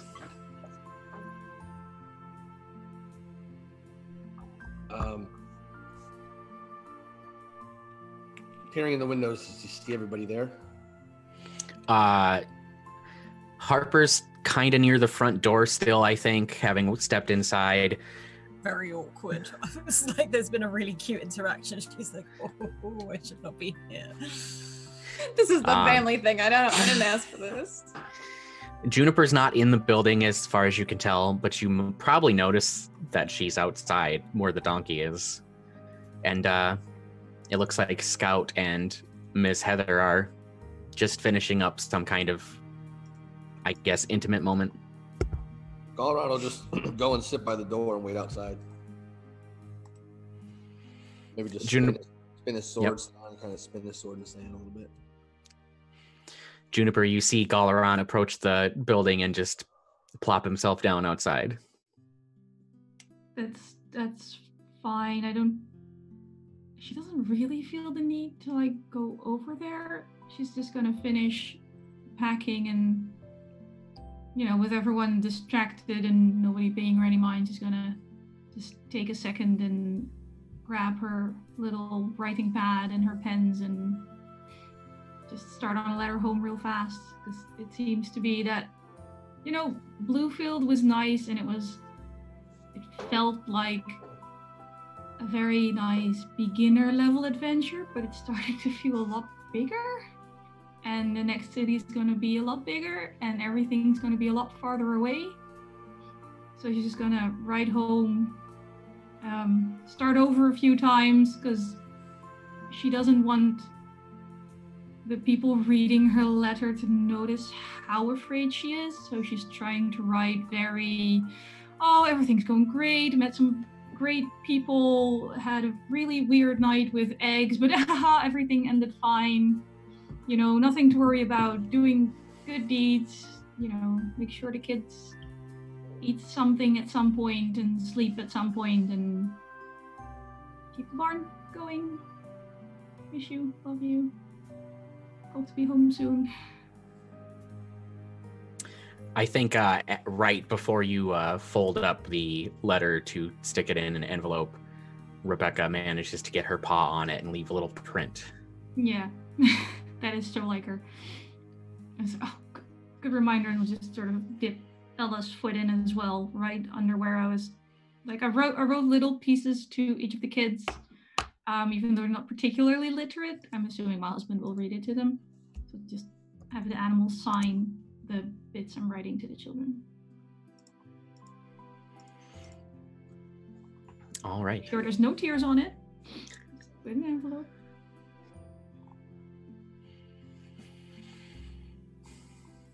Scout will probably, after saying where's Galaran, and after these moments, kind of step outside and look for him. When she sees him, I'm imagining you step outside and you're like, where is he? Oh, there you are. Oh. Have you just been sitting here the whole time?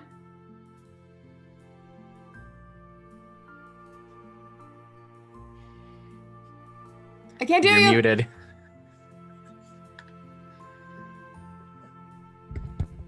No. There's a sword inside. I just got here. Do you want a sword? I think you need a sword, little scout. I don't want a sword. Well, you'll have to learn how to fight with a sword so you can defend yourself in the most dire of circumstances. This stick is hardly going to do enough damage.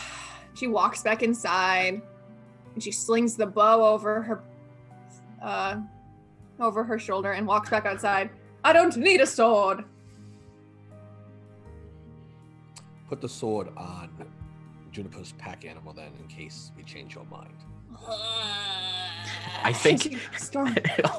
well, you slip the bow on and you stomp back out there and are looking at him, and from behind, Mima just walks up with the arrows and like puts them carefully in the bag without saying anything.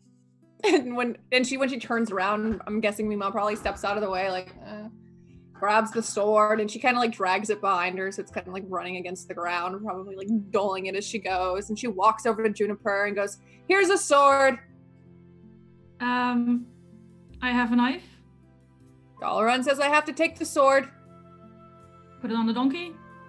Okay, wait. Do you know how to tack and pack a donkey? I was gonna say she looks at the sword and looks at the donkey very nervously, like, I don't trust the sharp thing and Right, the living. I don't think the down. sword is naked. It's probably in a sheath. It's not just a naked blade being dragged around, I don't imagine. I don't think but Mima still, would have allowed that. in Scout's mind, she's like, this is a thing that kills things, and that's a living thing. Valid. I just wanted to clarify. Just slashing this great weapon around, like, fuck it. Yeah. Okay. I if you're gonna have be on children, the road, they do things like that. Yeah. If you're going to be on the road and be an adventurer and God knows what else, you have to learn how to deal with pack animals. So come here, and I'll start showing Scout where each bit of leather harness goes and how to weight a little. And At that point, Galaran will walk up to Mima and say, "I would speak with you alone for a moment." Mima's getting a workout today. Mima's very popular. Since almost everyone's outside, I think Mima would just flick her eyes over to Harper to ask her to leave for a second. He's just like, me, right? Yep. It starts moving out towards where Scout is.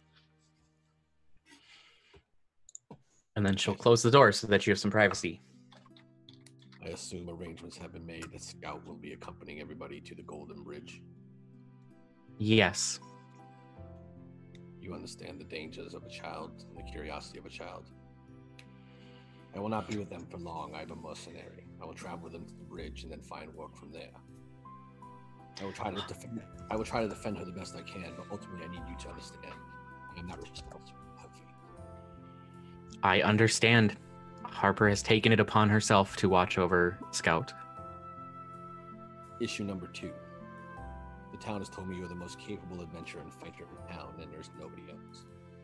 There's an unnatural magic in the woods, as you know, and who knows how long that's going to spread or further go. Yesterday there was eggs with legs trying to attack children. You have a means to defend yourself in this town. You have a Scout take the only sword that's in this town with her and pack it in a mule.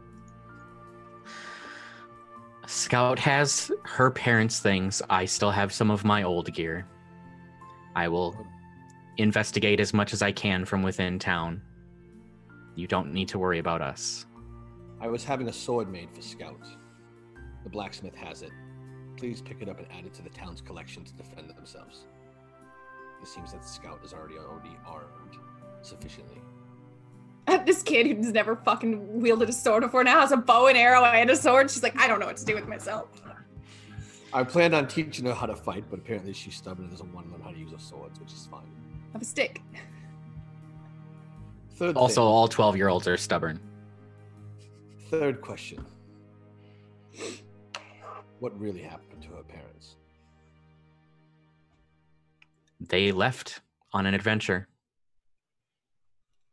All I know is something happened and they didn't survive. Who found them? A wandering mercenary, much like yourself. And brought them back, or just their gear back? Just the gear that they could find.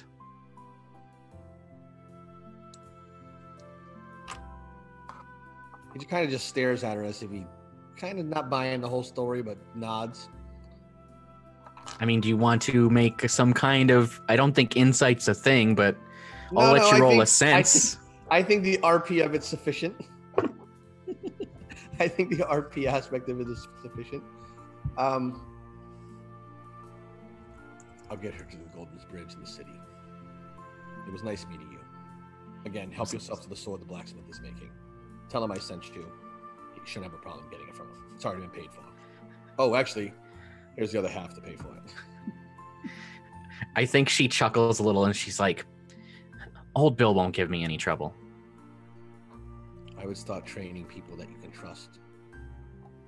Fight and defend yourself. That forest is very unnatural. I'll do what I can. Mima, warrior grandmother. We come back, she's in all leather, her like gray hair wisping in the wind, and it's like a loose braid, sword in one hand, pole arm in the other. Army of villagers with hoes behind her. She's like one of the old ladies from Avatar: The Last Airbender, the ones who used to just float. They were so old they would float, they didn't even walk, they just floated. Oh hell yeah, she's unstoppable. I mean, I will say I was slightly inspired at the moment about because of Alice's Dunera game when we found out all the women were super badass in the past. I'm just waiting to find out that Mima is also a total witch. Go around. In the family. I mean, magic's not that uncommon, so. Galaran will just kind of stand there and stare at her still. Well then. Farewell. Turns around and walks out. Oh man, a few words. I bet George could beat him in a grunt off. I don't know. All right. I don't think Mima exits the house, but she stands in the doorway and watches everyone. So I will Galaran untake one of the backpacks. I got us provisions. Everybody should carry a small part of provisions with them. The rest we could probably put on the donkey. If that's okay with you, Jennifer. That's fine. I mean, the donkey's already carrying most of the provisions I had, so just add them evenly. Water skin, snacks, water skin, snacks, water skin, snacks. I just add them to my water skin and snacks. Yeah. I have some preserve if anyone likes jam. Also, we need to stop by the inn on our way out really quickly. Oh yeah, I want some more breakfast. That was delicious. Yeah? You were the breakfast man. Oh, you left breakfast. You know that made Rebecca wake us up, so thank you. You're welcome. Breakfast man. Sort of wanders over and offers your cloak back. So, thank you. I didn't hear you. Sorry. You're always welcome. Oh, thank you. He tried to whisper it nicely. Apparently, he was like, "Oh,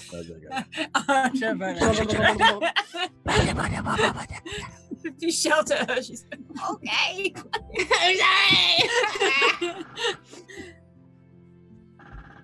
She hands it back. It does look very neatly folded, as if it's been taken perfect care of. He kind of flails. Never looked that nice. Yeah, you see her like, oh, did you do so? While we're going, I'll just take out my notepad again, just to scribble a hasty second note to someone about what we've seen in the forest and in the fields here, and to keep a lookout for it around our terrain. Make sure everyone's inside at night. Okay.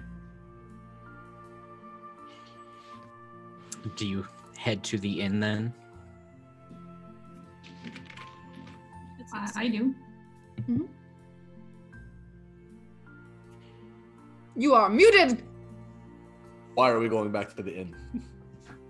I need to post some letters, and in Bluefield, apparently, the inn is also the post office. Very well. I don't think Harper will go into the inn. Harper will wait outside, but she will follow. Gat will stay right next to Harper. So what did you say? What did you say? She said yes so quick. And Harper's trying not to make eye contact. It's like, we can talk about it on the journey, but first of all, we need to get ready. We need to get going.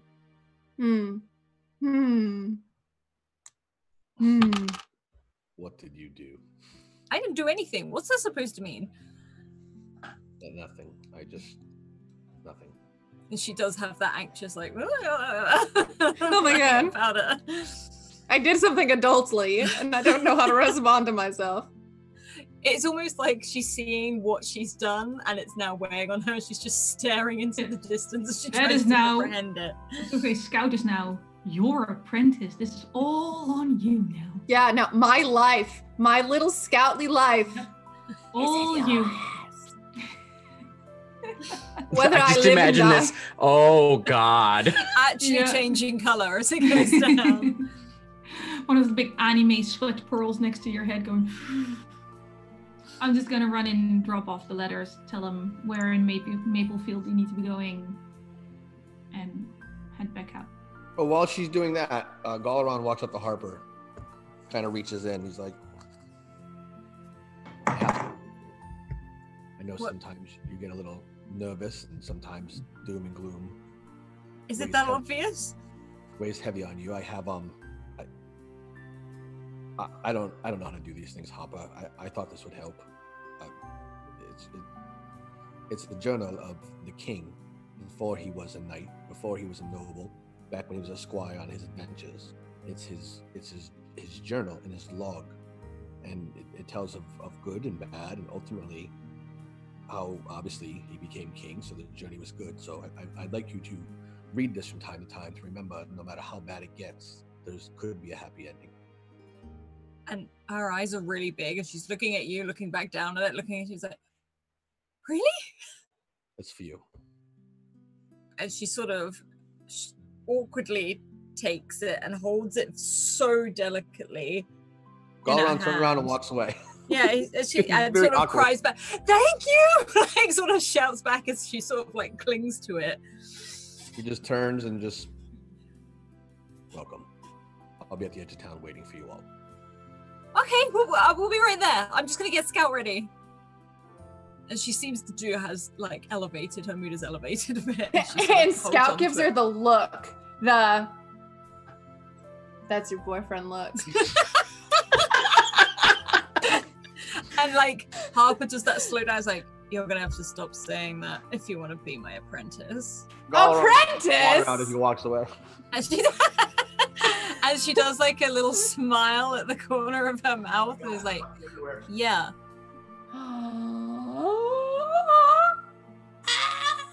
Is And that she like kind of bounces her little stick on the ground. I'm an adventuring merchant.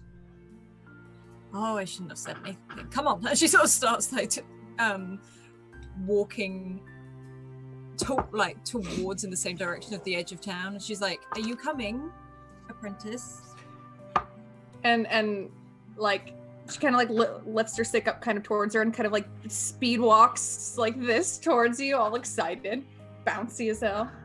And Harper can't help but smile a little bit as she goes. The Scout's actually excited. Someone's excited to spend time with her and be around her, and not too awkward. Okay, so people in chat are making up drinking games, by the way, for all of our characters. Yeah, but if anyone does mine, they'll be out within every like time 5 minutes. Every time Harper is socially awkward, you drink. Annie has recommended. Anytime Rebecca gets into something, take a drink, we're all going down. We're all dead. We're all dead. It's alcohol poisoning in 1 hour. We're doomed. I mean, Scratch started with every time Galaran turns around and walks away, take a drink. Oh no. Turns Game around, over. walks away. It's a certain rogue from a certain first season of a certain role-playing game online. Yep, that's what I thought too. Juniper, as you leave your letter at the inn, George is actually not there. Hazel's there at the moment, having finished most of the baking for the day. And she tells you she'll make sure it gets where it needs to go.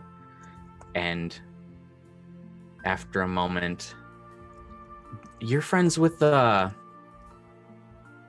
Harper girl, aren't you?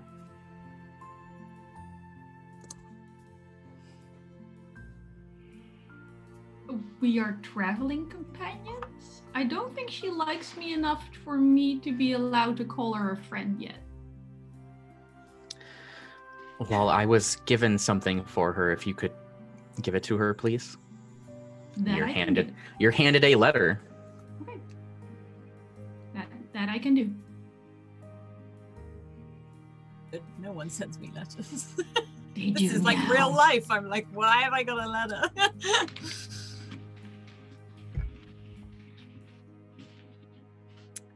No, I'll go outside and do I pay postage? How does this work? I don't know. Yeah, don't worry It's about it. taken. You get it taken care of. It's taken care of. All right, fine. I'm just gonna go back outside, and just walk straight to Harper and go here.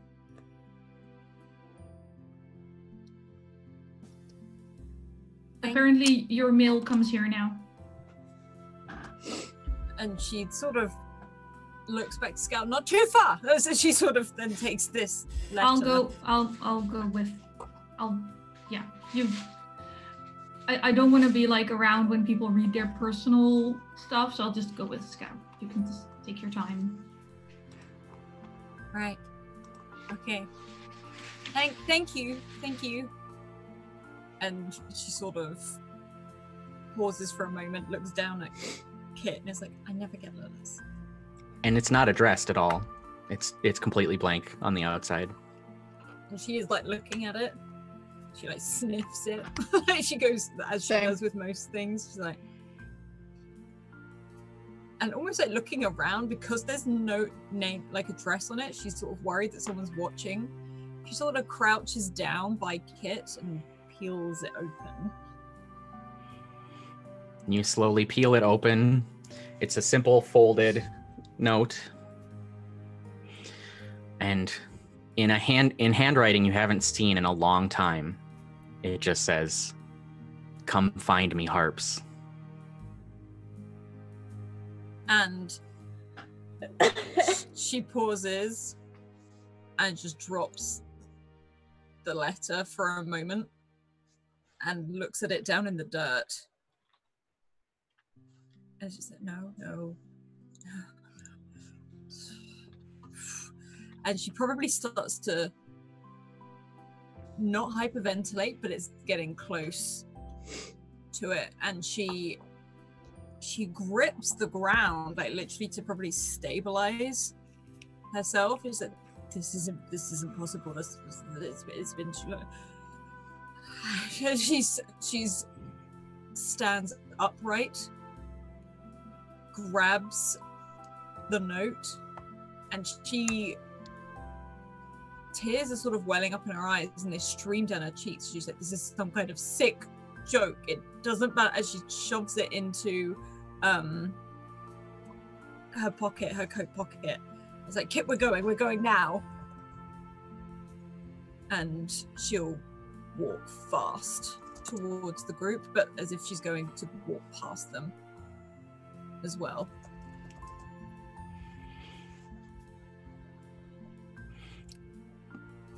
And she is a mess as she walks past, but she's trying to like hide it, like her hat's down lower. She's like moved. She's pulled up her collar. She's just walking fast.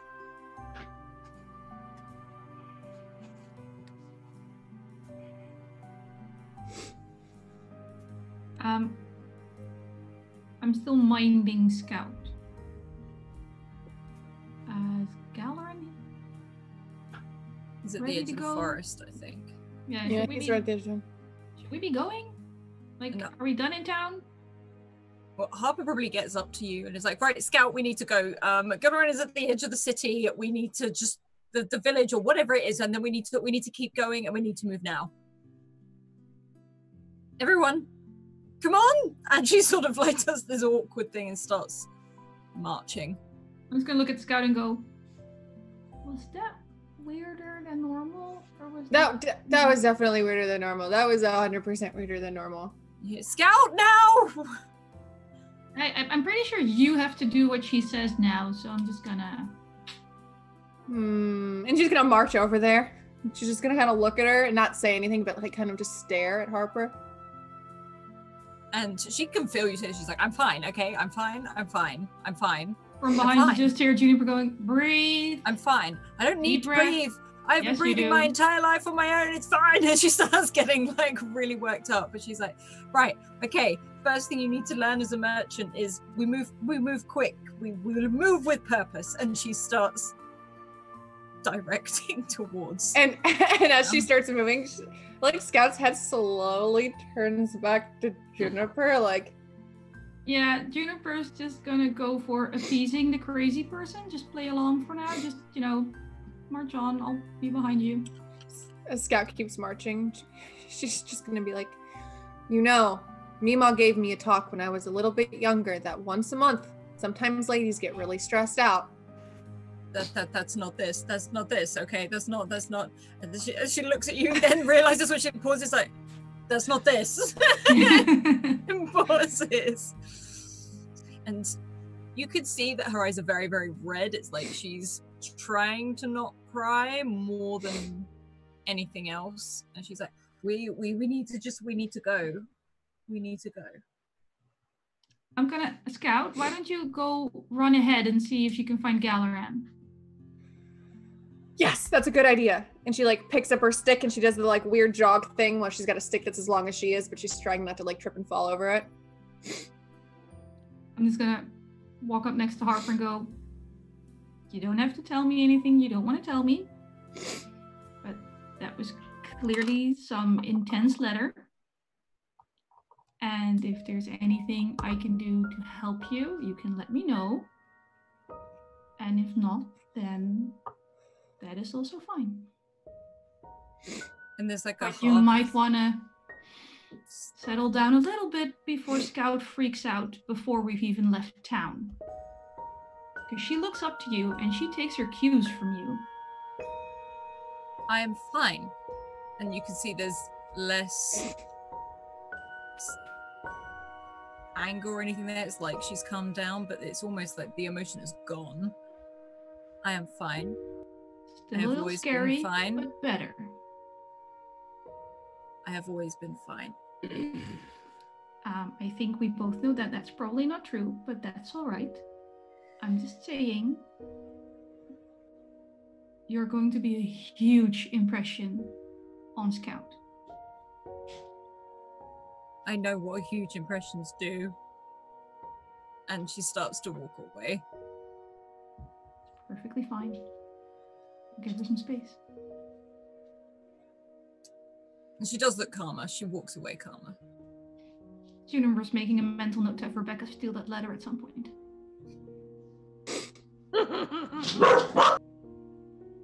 Dog agrees. Yup. They're All my right. dogs. They know when I'm plotting. Scout, you have stomped off to find Galaran at the edge of town.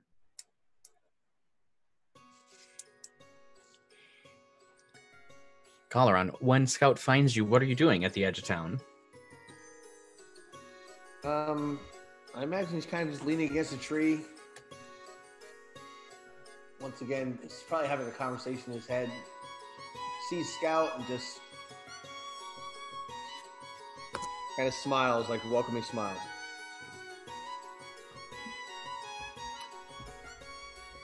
Your girlfriend is upset. I'm sorry, I'm not supposed to say that anymore. My what?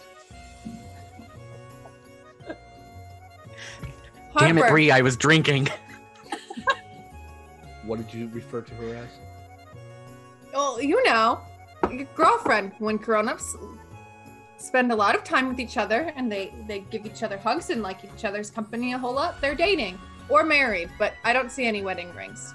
We hardly spend enough time with each other, and I don't think we've hugged other than one time.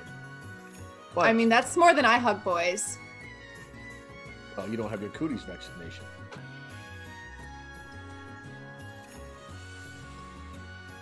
Are they coming? Or is Galaran gonna be stuck hearing Scout explain how dating works? I want to hear that. Where?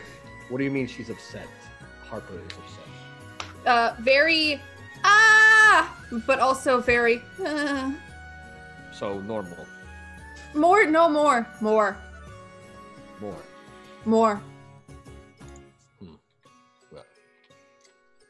Well, she'll tell us if she thinks it's something relevant.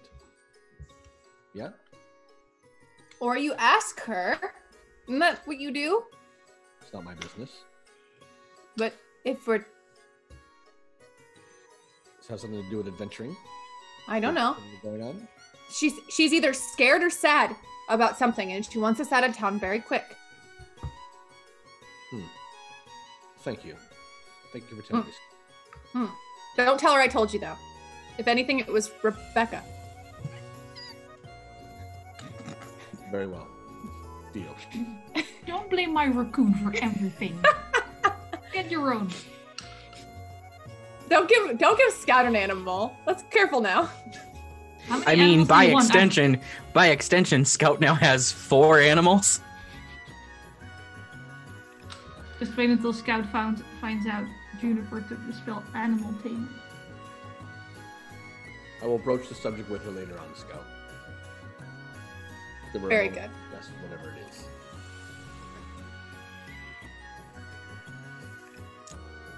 I think that's about the time that Juniper and Harper catch back up to Galaran and Scout. In Scout's pose, she's ready. Right, we're all ready, right? Juniper's a bit behind Harper. She's, when Harper wanted to storm off. Gave her storm off space. Yeah, just, let the dramatics air out. Good parenting style. Galaran is just staring incredulously at Harper as she walks up. Yeah, she's like, she almost just doesn't say. She's like, okay, so we're ready. We're ready? Are you ready? Yes. I'm always ready. Are you sure? Yes. All right. Excellent. Onwards then. Who's leading? Off to the Golden Bridge. And Galaran turns and starts walking. Drunk!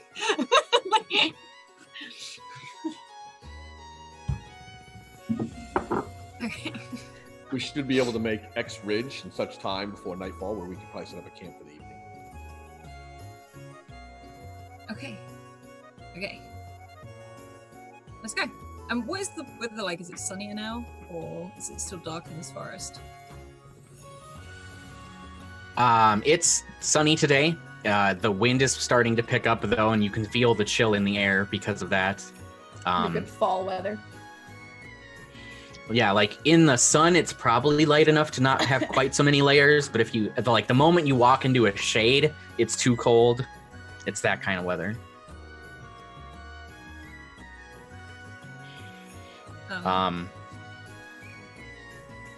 Yeah. So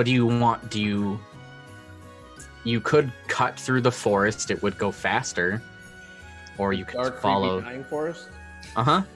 Yeah, no, I'm not going in there. I mean, if we go there during the daytime, it's not so bad. I was like, yeah, I'm not going in there. I do not think could we cross through it before nightfall or no? Yeah. Mal, in my adventuring days, do I know we could cross through it before nightfall? Yeah. Yeah, it's not the forest on the edge of Bluefield isn't particularly large. It just, the road goes around instead of through because it's a real thick undergrowth. We will have to move fast. You'll have to understand the forest plays those magical tricks on us. We should all have some sort of sign to know that we're okay. So if words come out mixtured, or one of us thinks the other one's head is on fire, something that we can signal to each other to know we're okay. Perhaps we just put our hand over our shoulder if we're asked a question of any kind. So if a noise comes out of my mouth towards you, Scout, if you're okay, whether you can hear me or not, you'll just go like this. Does it matter which side? She got her stick in one hand. It does not. Okay. Oh, DM or keeper or what's it called in this game? I mean, it's whatever to, Mal. The god of the world. You can just say Mal. Yeah. Excuse me, universe. There's supposed to be Yes. Yeah, there you go. There's supposed to be shrines and statues with walking sticks. Yep. You where would can have probably take one passed and it. leave one. Yep. Juniper would, especially if there's talk of heading into the forest again. She wants to go to the nearest one.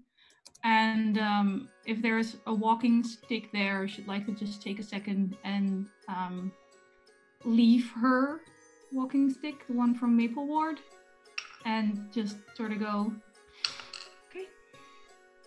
New stick, new life. New stick, new me. Exactly. New part of the journey. New walking stick. And Yeah, I'd say Go there's around. probably because one of the primary ways out of town is this bridge that you've now crossed a couple of times back and forth, that there's probably a shrine a few feet away from the bridge closer to town. Yeah. Like a foot-tall little dragon monk thing with its hand out like this to hold onto a stick. I'll swap them and little prayer. And keep going. All right.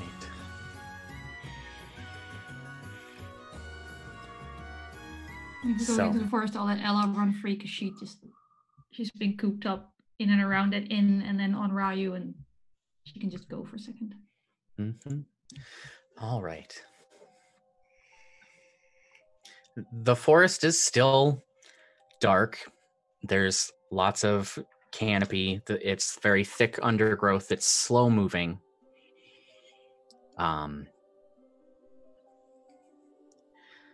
You make sure, probably, I'm not going to make you roll to keep away from any blight, which slows you down a little, because occasionally you have to adjust where you're going to go around certain sections. It's probably not quite as straightforward as Galaran would prefer, but it still should be faster than following the road around the outside.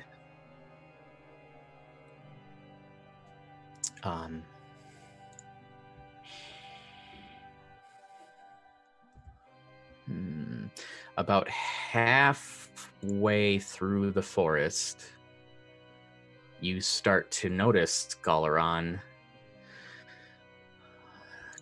beasts about the size of a small jackal just at the edge of wherever you can see. It's hard to catch them in the forest as it is, but you feel like maybe whatever these creatures are following you. Juniper, bring yourself and the donkey to the middle of the group. There are some creatures that look to be taking our attention. We'll keep moving. If they come, though, we put our backs to the donkey and we defend ourselves. Understood, everybody? Yes. Juniper, are you okay with this? I'd really rather not hurt them. Well, if they're trying to kill your donkey, do you want me to kill them or talk to them? Well, I can actually try and talk to them and make them leave us alone for 12 hours. So maybe try talking and then fighting. You have the first move, then. Great. Hold the donkey. I'll go a little bit more to the back of the group to where maybe I can see those animals. Are they animals? As soon as she hands me the last for the donkey, I pass it on to Harper or Scout, whoever's standing there. Here, hold it up. Yeah. Scout. Harper taking it goes, as my apprentice, you are in charge of the donkey. Scout will take it and like look at the, and she'll make weird eye contact with this donkey, like it's just you and me now. I think the Ryu donkey stares you just looks, down. yeah, Ryu probably just stares bored at you. The donkey has fear. Are they wild? Would they be considered wild animals? And would Juniper know this? As she goes to look behind them. I would like a perception check, please. Can't you give me a check I'm good at? I'm sorry. Can I use my advantage? Yeah, you can Okay, always real use quick. your advantage or I your... used one of my advantages. Okay.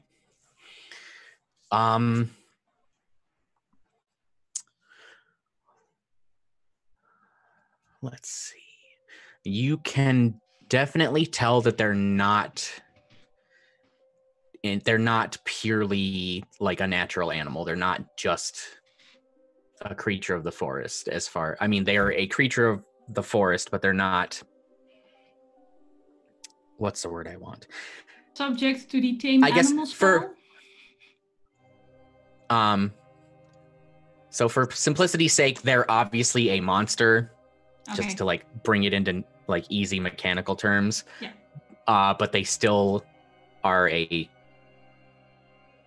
animal technically, so if you wanted to use your spell, I would allow you to. Am I ruining your dreams of combat in this episode?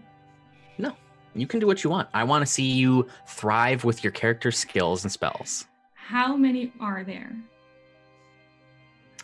You have seen You think 4, but because they're kind of on the edge of where you can see, it's hard to tell if there's more or if there's less and you're just seeing the same ones. I'll just yell to Galera and go, I'm gonna try and deal with these 4. If there's any others, then they're yours.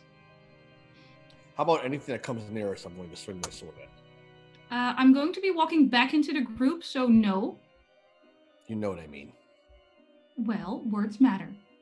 And I'd like to cast Animal Tamer. Galaron is actually laughing. I'd like to cast Animal Tamer on the 4 animals I can see. Okay. And I have to roll my spirit die somewhere. Um, Around here somewhere. I think it's in your checks. Isn't it in my stats? Is it in your Yeah, stats? it's in Fuck. stats. It'd be in my stats. Excuse Bless me. Yep. you. Thank you. Oh, but I can't click that one. I was gonna roll a d8 and roll 20 and see what happens. Technology.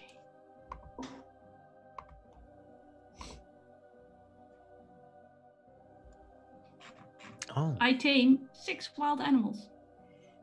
okay. Also, is the music on, or is that just me? Nope, There's I still some have spooky music going on. It's, the typical Dark Forest music I've been using so far. Oh, there it is. Roll 20 was catching up. Okay, yeah.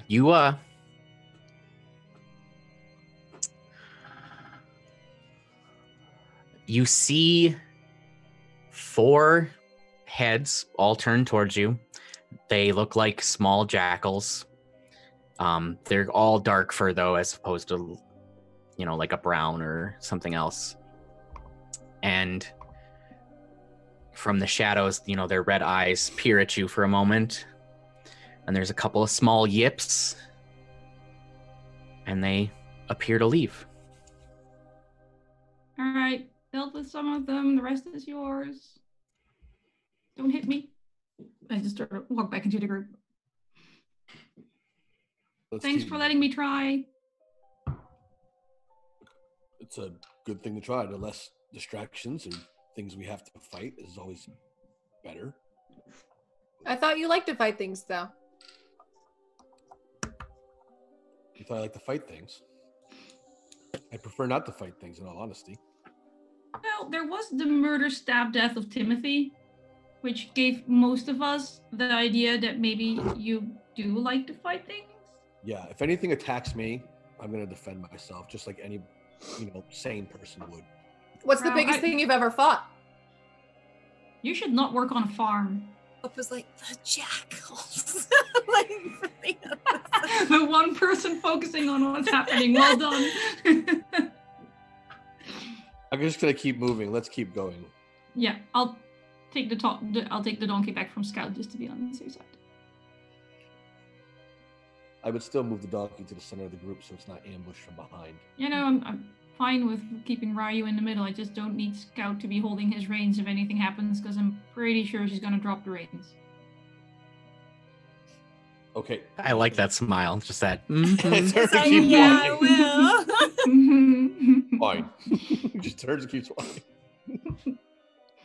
Turns and walks away. Yeah, I think Harper keeps up. Maybe sticks to the back more, but as long as Scout's in front of her.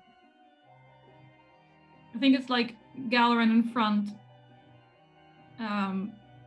Scout and Juniper with the donkey in the middle, and then Harper behind us. God knows where Ella and Rebecca went. I don't even want to know. They're probably nearby. I'm Or sure they're stealing nearby. shit. Or two cities over. All right. So, Galaran, if you're in the lead, I would like either a direction check or a travel check. So if all of my stats are the same, it really doesn't matter, right? You do have an advantage and an automatic success. Too. Yeah, that's no fun though. Let's just roll. Oh, we're all gonna get lost. What'd you say? A direction? Direction or travel. So I think it's the same. I think my stats are all the same. That was an option in the book, yes. Yeah. So my stats are all the same. So let's just go with the first one I see, which is direction. Boop. Okay, you have a fumble point, and the group has Ooh. another fumble point. What was my total on the roll? 4. 4. I will use my fumble point and one group fumble point. Can I do that? Sure. To get to a 6. Get to a 6.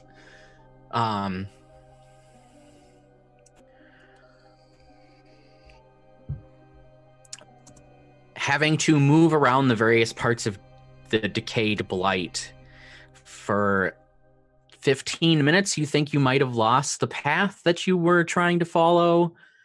And maybe just as you're about to say something, you reorient yourself and right the group into the right direction. Okay.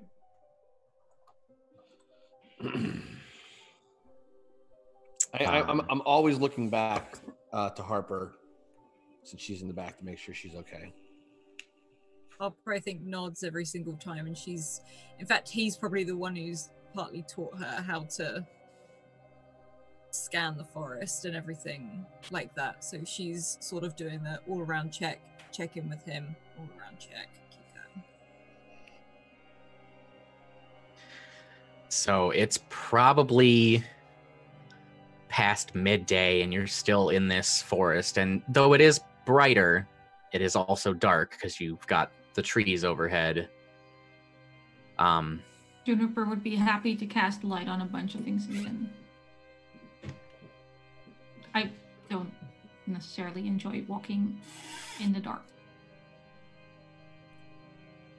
Would you do that without being asked, or would you hold off until someone wants to? I make one of my own things glow and just sort of offer go. What else? The stick! The stick. Yeah. And she'll like kind of march up to Galaron now that she has light.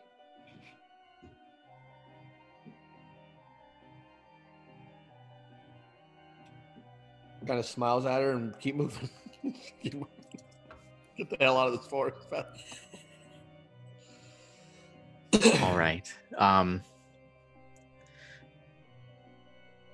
Another little bit. It's not quite what would typically be Scout would consider dinner time. And you, hang on. You reach the edge of the forest, and as you've actually gotten further away from town, you've noticed less of the blight so far. You're not sure if it's because you're further from town or if whatever like area that's affected is more localized at the moment. But eventually you're not seeing it anymore, and even like this side of the forest starts to get a little thinner. The walking is easier. There's more sunlight. What time is it now? It's late afternoon, probably not quite early evening. So I'm gonna look to Harper. Papa, you should mark this line somehow. If we find our way back here another time, we'll see if the taint in the forest has spread. We forgot to do that last night. Wasn't that one of the things, to see if it expands overnight? Exactly. Okay, I've got it. And she probably heads over to one of the trees or something that isn't touched by it yet. And what she'll do is take out a piece of, she'll take out the knife from her boot and start just carving into it. Just a small sort of symbol. Looks a little bit like a fox head, as she sort of just quickly, roughly casts it into the wood. And on the other side, just so people can't see, but for her own knowledge, she rests her fingertips on the edge of the bark and sears the bark with cold so that it sort of leaves an additional mark in case anything should happen to the carving. But she makes sure she does it on the other side so no one else can see it. All right. And Harper finishes casting the spell and carving into the tree, and you all turn and look at the edge of the forest, and you're greeted with a large open plain as you've reached some grasslands. And I feel like this is appropriate now. If I'm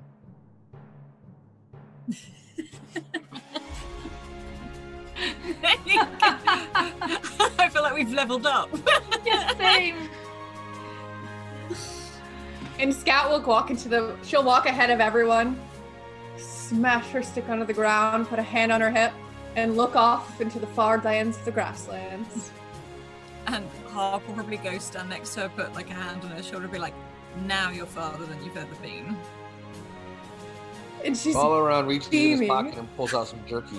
Jeez. Eat some jerky real quick.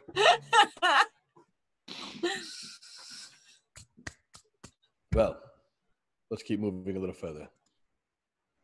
all right. And you can see that ridge that you were looking for further off in the plain. That'd be a good place to camp for the evening, yeah? I'd say Scout will so. look at everyone to like see what the consensus is on safety places to camp.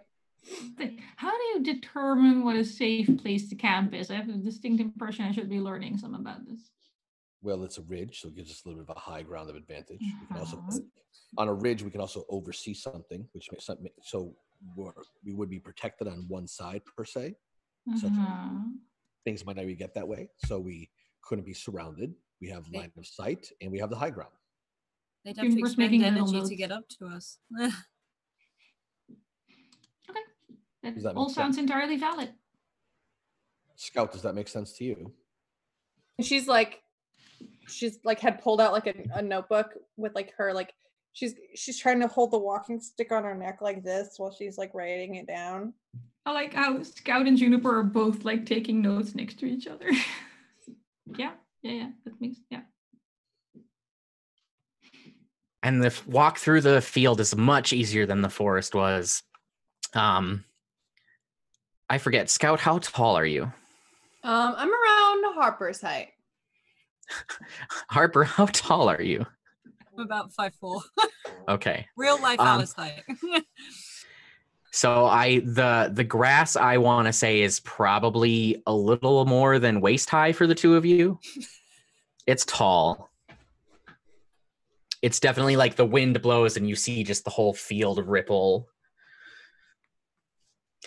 And you managed to reach the ridge before dark. Go us. So, Scout, when you set up a camp, the most efficient thing to do is to get some wood for a fire since it's cold, make a clearing, and set yourself up in the most defensive position possible. At this, it would be our backs to the longest drop of what the ridge is. Harper's already started like gathering wood and just like, what? Like, just realizing she probably should be telling Scout this, but has started to form this sort of makeshift fire with all of the stones placed around the outside so it doesn't spread. Galaran will just stand at the top of the ridge and kind of scan the entire area that he can see. Any potential hiding spots, tall grass, movement in the grass, signs of a road or people that would be hiding somewhere, anything. I mean, there's lots of tall grass to hide in. Like, it's just as far as you can see, there's tall grass. Okay, there's no brush or trees or big rocks or anything like that. There's probably some things like large rocks sticking up from the ground or a couple of trees, but it's mostly like an open field at the moment. So I would tell Juniper, you see that large rock out there? If someone were to try to, let's say, bandits ambush us in the night, if I would come that way through the tall grass, regroup behind that big rock to receive cover, and then approach again through the tall grass. So we should probably make sure we have our eyes on that large rock all night, whoever's having watch, to continuously scan that area. Are we making like a fire again? Should be make things that make light near that rock so we can see things moving if they try to sneak up on us from over there? It's probably farther away. How far away is it, Mal? I mean, you're up on the ridge. I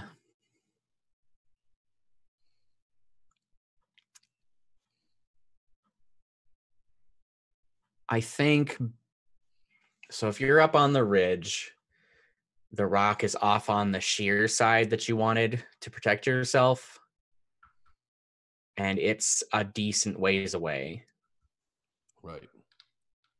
So the only place that something could approach us with cover other than a tall grass is either the tree line, where the forest is dying, or that large rock. Other than that, they'd have a tough time crawling through the tall grass. With us having the high ground, we could see them coming through it. Hopefully, if we're not So blind. no light. Check. No light, we'll create a fire, but whatever direction you're looking in at night, whoever has watches, will set up watches. Whatever direction you're looking in at night, do not look through the fire to the area. Stand with your back to the fire so you're not blinded by the light of the encampment and can't see outside the light. Does that make sense? And Scout's kind of just looking, and she pulls a pocket watch out of her pocket slowly. No. He means staying awake while everyone else is sleeping to make sure nothing sneaks up on the sleeping people. Not a literal watch, but like watching while people. Yeah, put it back. Yeah, there you go. No, it makes sense. That makes sense. Watching versus Watching. watches. Yes. We're getting there. Oh dear. Harper is just like, she's almost looking dumbfounded, but is continuing to make this fire. Juniper's just fluffing around camp. So, who's gonna take what watch, and how long is each shift? How long is it till dark time? How much time do you think we have until until it's dark? Well, if we're setting up camp. I mean, I said late autumn, so I'd say, it's that if it's 3:30, 4 o'clock, you can tell that it's probably going to be dark sooner than you expect because it's that kind of type of year, time of year. I will take the night watch when it's the darkest. How long are we watching? Like, not to be rude, but it's going to sound rude, which is why I added the qualifier, even though it's technically meaningless. I don't think Scout should watch alone or at all. I can do it. Yet. You're still an apprentice. I was going to set it up that two of us are always watching at one time. That sounds more sensible, yeah. I'll put it this way, I'm definitely not sleeping yet, so Scout and I will take the first watch. I can maybe share a few things whilst we do. Keep everyone safe. I'd like to keep the watch that's nearest to morning. We can start at 1 o'clock in the morning. That works. And in the meantime, before we all sleep, we should probably eat and drink and hydrate, yes? I was asking who's cooking. If anyone is cooking. Are we cooking? Or are we eating grass or rations? Or I'm not eating grass. So she sort of opens her bag and starts pulling things out of it. I'm looking at Ryu behind you, who's just munching on this giant. Like, Ryu hasn't seen this much grass in his life, and this is just the happiest donkey moment ever. He's just going, it's all mine. I would suggest that we just eat our rations. Any cooking of food will create a smell that could attract unwanted attention. Like animals. Like animals. Harper will probably start to hand out the food already. Just she doesn't look fully there, like not 100%. She's obviously thinking about something else as well, but she does hand out her other food. boyfriend. Her ex-boyfriend. But she sits there and she sort of tucks into the food. It starts off as eating very quickly and then it slowly goes down to just moving it about, but she does finish it. while we're all eating, Mal, Mm-hmm. Gaul will look at Juniper and say, Juniper, would you take Scout and gather some more firewood that we have enough for overnight? Just along the forest line where we can see you while it's still light out. I will take Scout away from you and Harper, yes. And Scout gives Juniper a wink. Juniper does the same. He's going, yeah. Why don't we give them a moment? You guys are ridiculous. Just go get the Scout. You're the one who's asking for privacy. We're just giving you what you want. I was asked to by your raccoon to ask how she was feeling. Raccoon. Well, Rebecca's a very caring raccoon.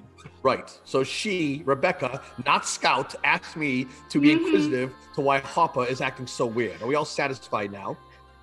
Harper is ignoring when it doesn't know what's happening. Just going As someone who was being kind enough to give Harper time and space, fine, you press the issue. Do your thing, Scout, and I will go gather things. Gather we go. Only Gather we go. Your raccoon. All right. Who's staying right there. This damn raccoon. So Juniper and Scout go back to get more firewood.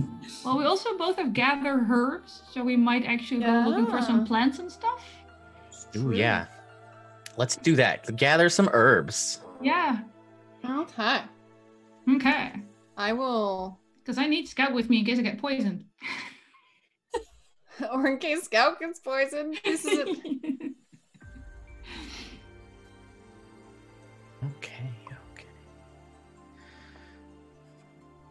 So do you have a thing for gather herbs that you can click I'm on then? looking- Yes, Well, I have a nine.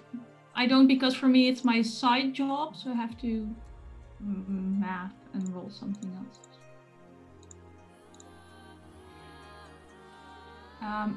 And I would like to use an advantage.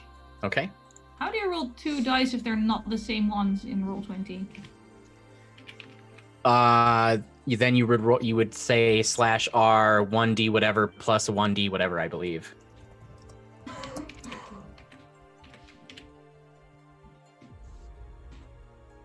Oh yeah, that works. Alright, and then the second time for advantage. Now, if it's a side job, you don't get a clickable thing in your sheet, sadly. If you want, we can find time before next session. We can make an additional check if you want. Yeah, this is something we're allowed to do every morning, so we might be using it more often. Okay. Or Where's once a my day. I cheat should say. sheet? All right. I'm interested to see what grows here. Well, the cheat sheet just says that you gain 1 herb, and if you have a crit, which is dependent on getting 6s, if you have like d6. So yeah. Neither of you got a crit, so you both get 1 herb. Very good. And the type of herb depends on the terrain. Yes. Okay. So are we in grasslands? Yes, that's what I would consider. And while we're looking for things, Scout's like picking up sticks, and she kind of just goes, I wish there were like dead leaves on the ground or something so we could use that as well. And as she kind of like picks up a stick on the ground, dead leaves are kind of just all around her as she says this. And she kind of just goes, oh, look at that. Scout, that is...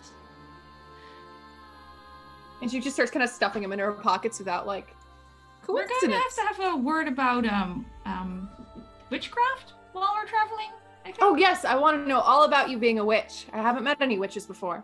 I think you have. And she just kind of But looks at her like really like, I might be overstepping, but I think yeah. Nope. Let's just go. I looked up the herb we found and I posted it in Zoom chat. Yep. I will copy it over in a second. You're doing that. You find everything you need and you head back to camp, giving Galaran and Harper enough time. And as the camera pans back over to Harper and Galaran, that's where we'll end today's episode of Breath of Magic. Very good. Awesome. Awesome. Thank you. That was a good session. No one stole a goat. Yeah. Which has happened in 2 campaigns for me now. Yeah, please check out the links coming up in chat. It includes our Twitter, our Discord, where you can find a channel just for this wonderful game here, and also YouTube. If you've missed out on anything or just want to give it a bit of a rewatch, you can find a playlist purely for Breath of Magic over there. A huge thank you to our wonderful sponsors, who we could not do this without. Hero Forge. If you want to go make all your characters in minis, they have so many options. It's so amazing, and I love it to bits. So please go and check those out. Also, Mage Hand Press, which I will keep looking at this book forever because it's so amazing and I love it. It's out now. You can go and get it. It is 2 years worth, 2 years in the works. It is perfected. It is awesome. I love it. And also, last but not least, also the Deck of Many, where you can check out their Humblewood book campaign and also their Moving Magic spell cards, which I know we've got somewhere, but I have not fully unpacked for packs yet, so I'll find them when that happens. Otherwise, keep evoking emotions, and we'll see you later. And follow Alice's Patreon. Where am I?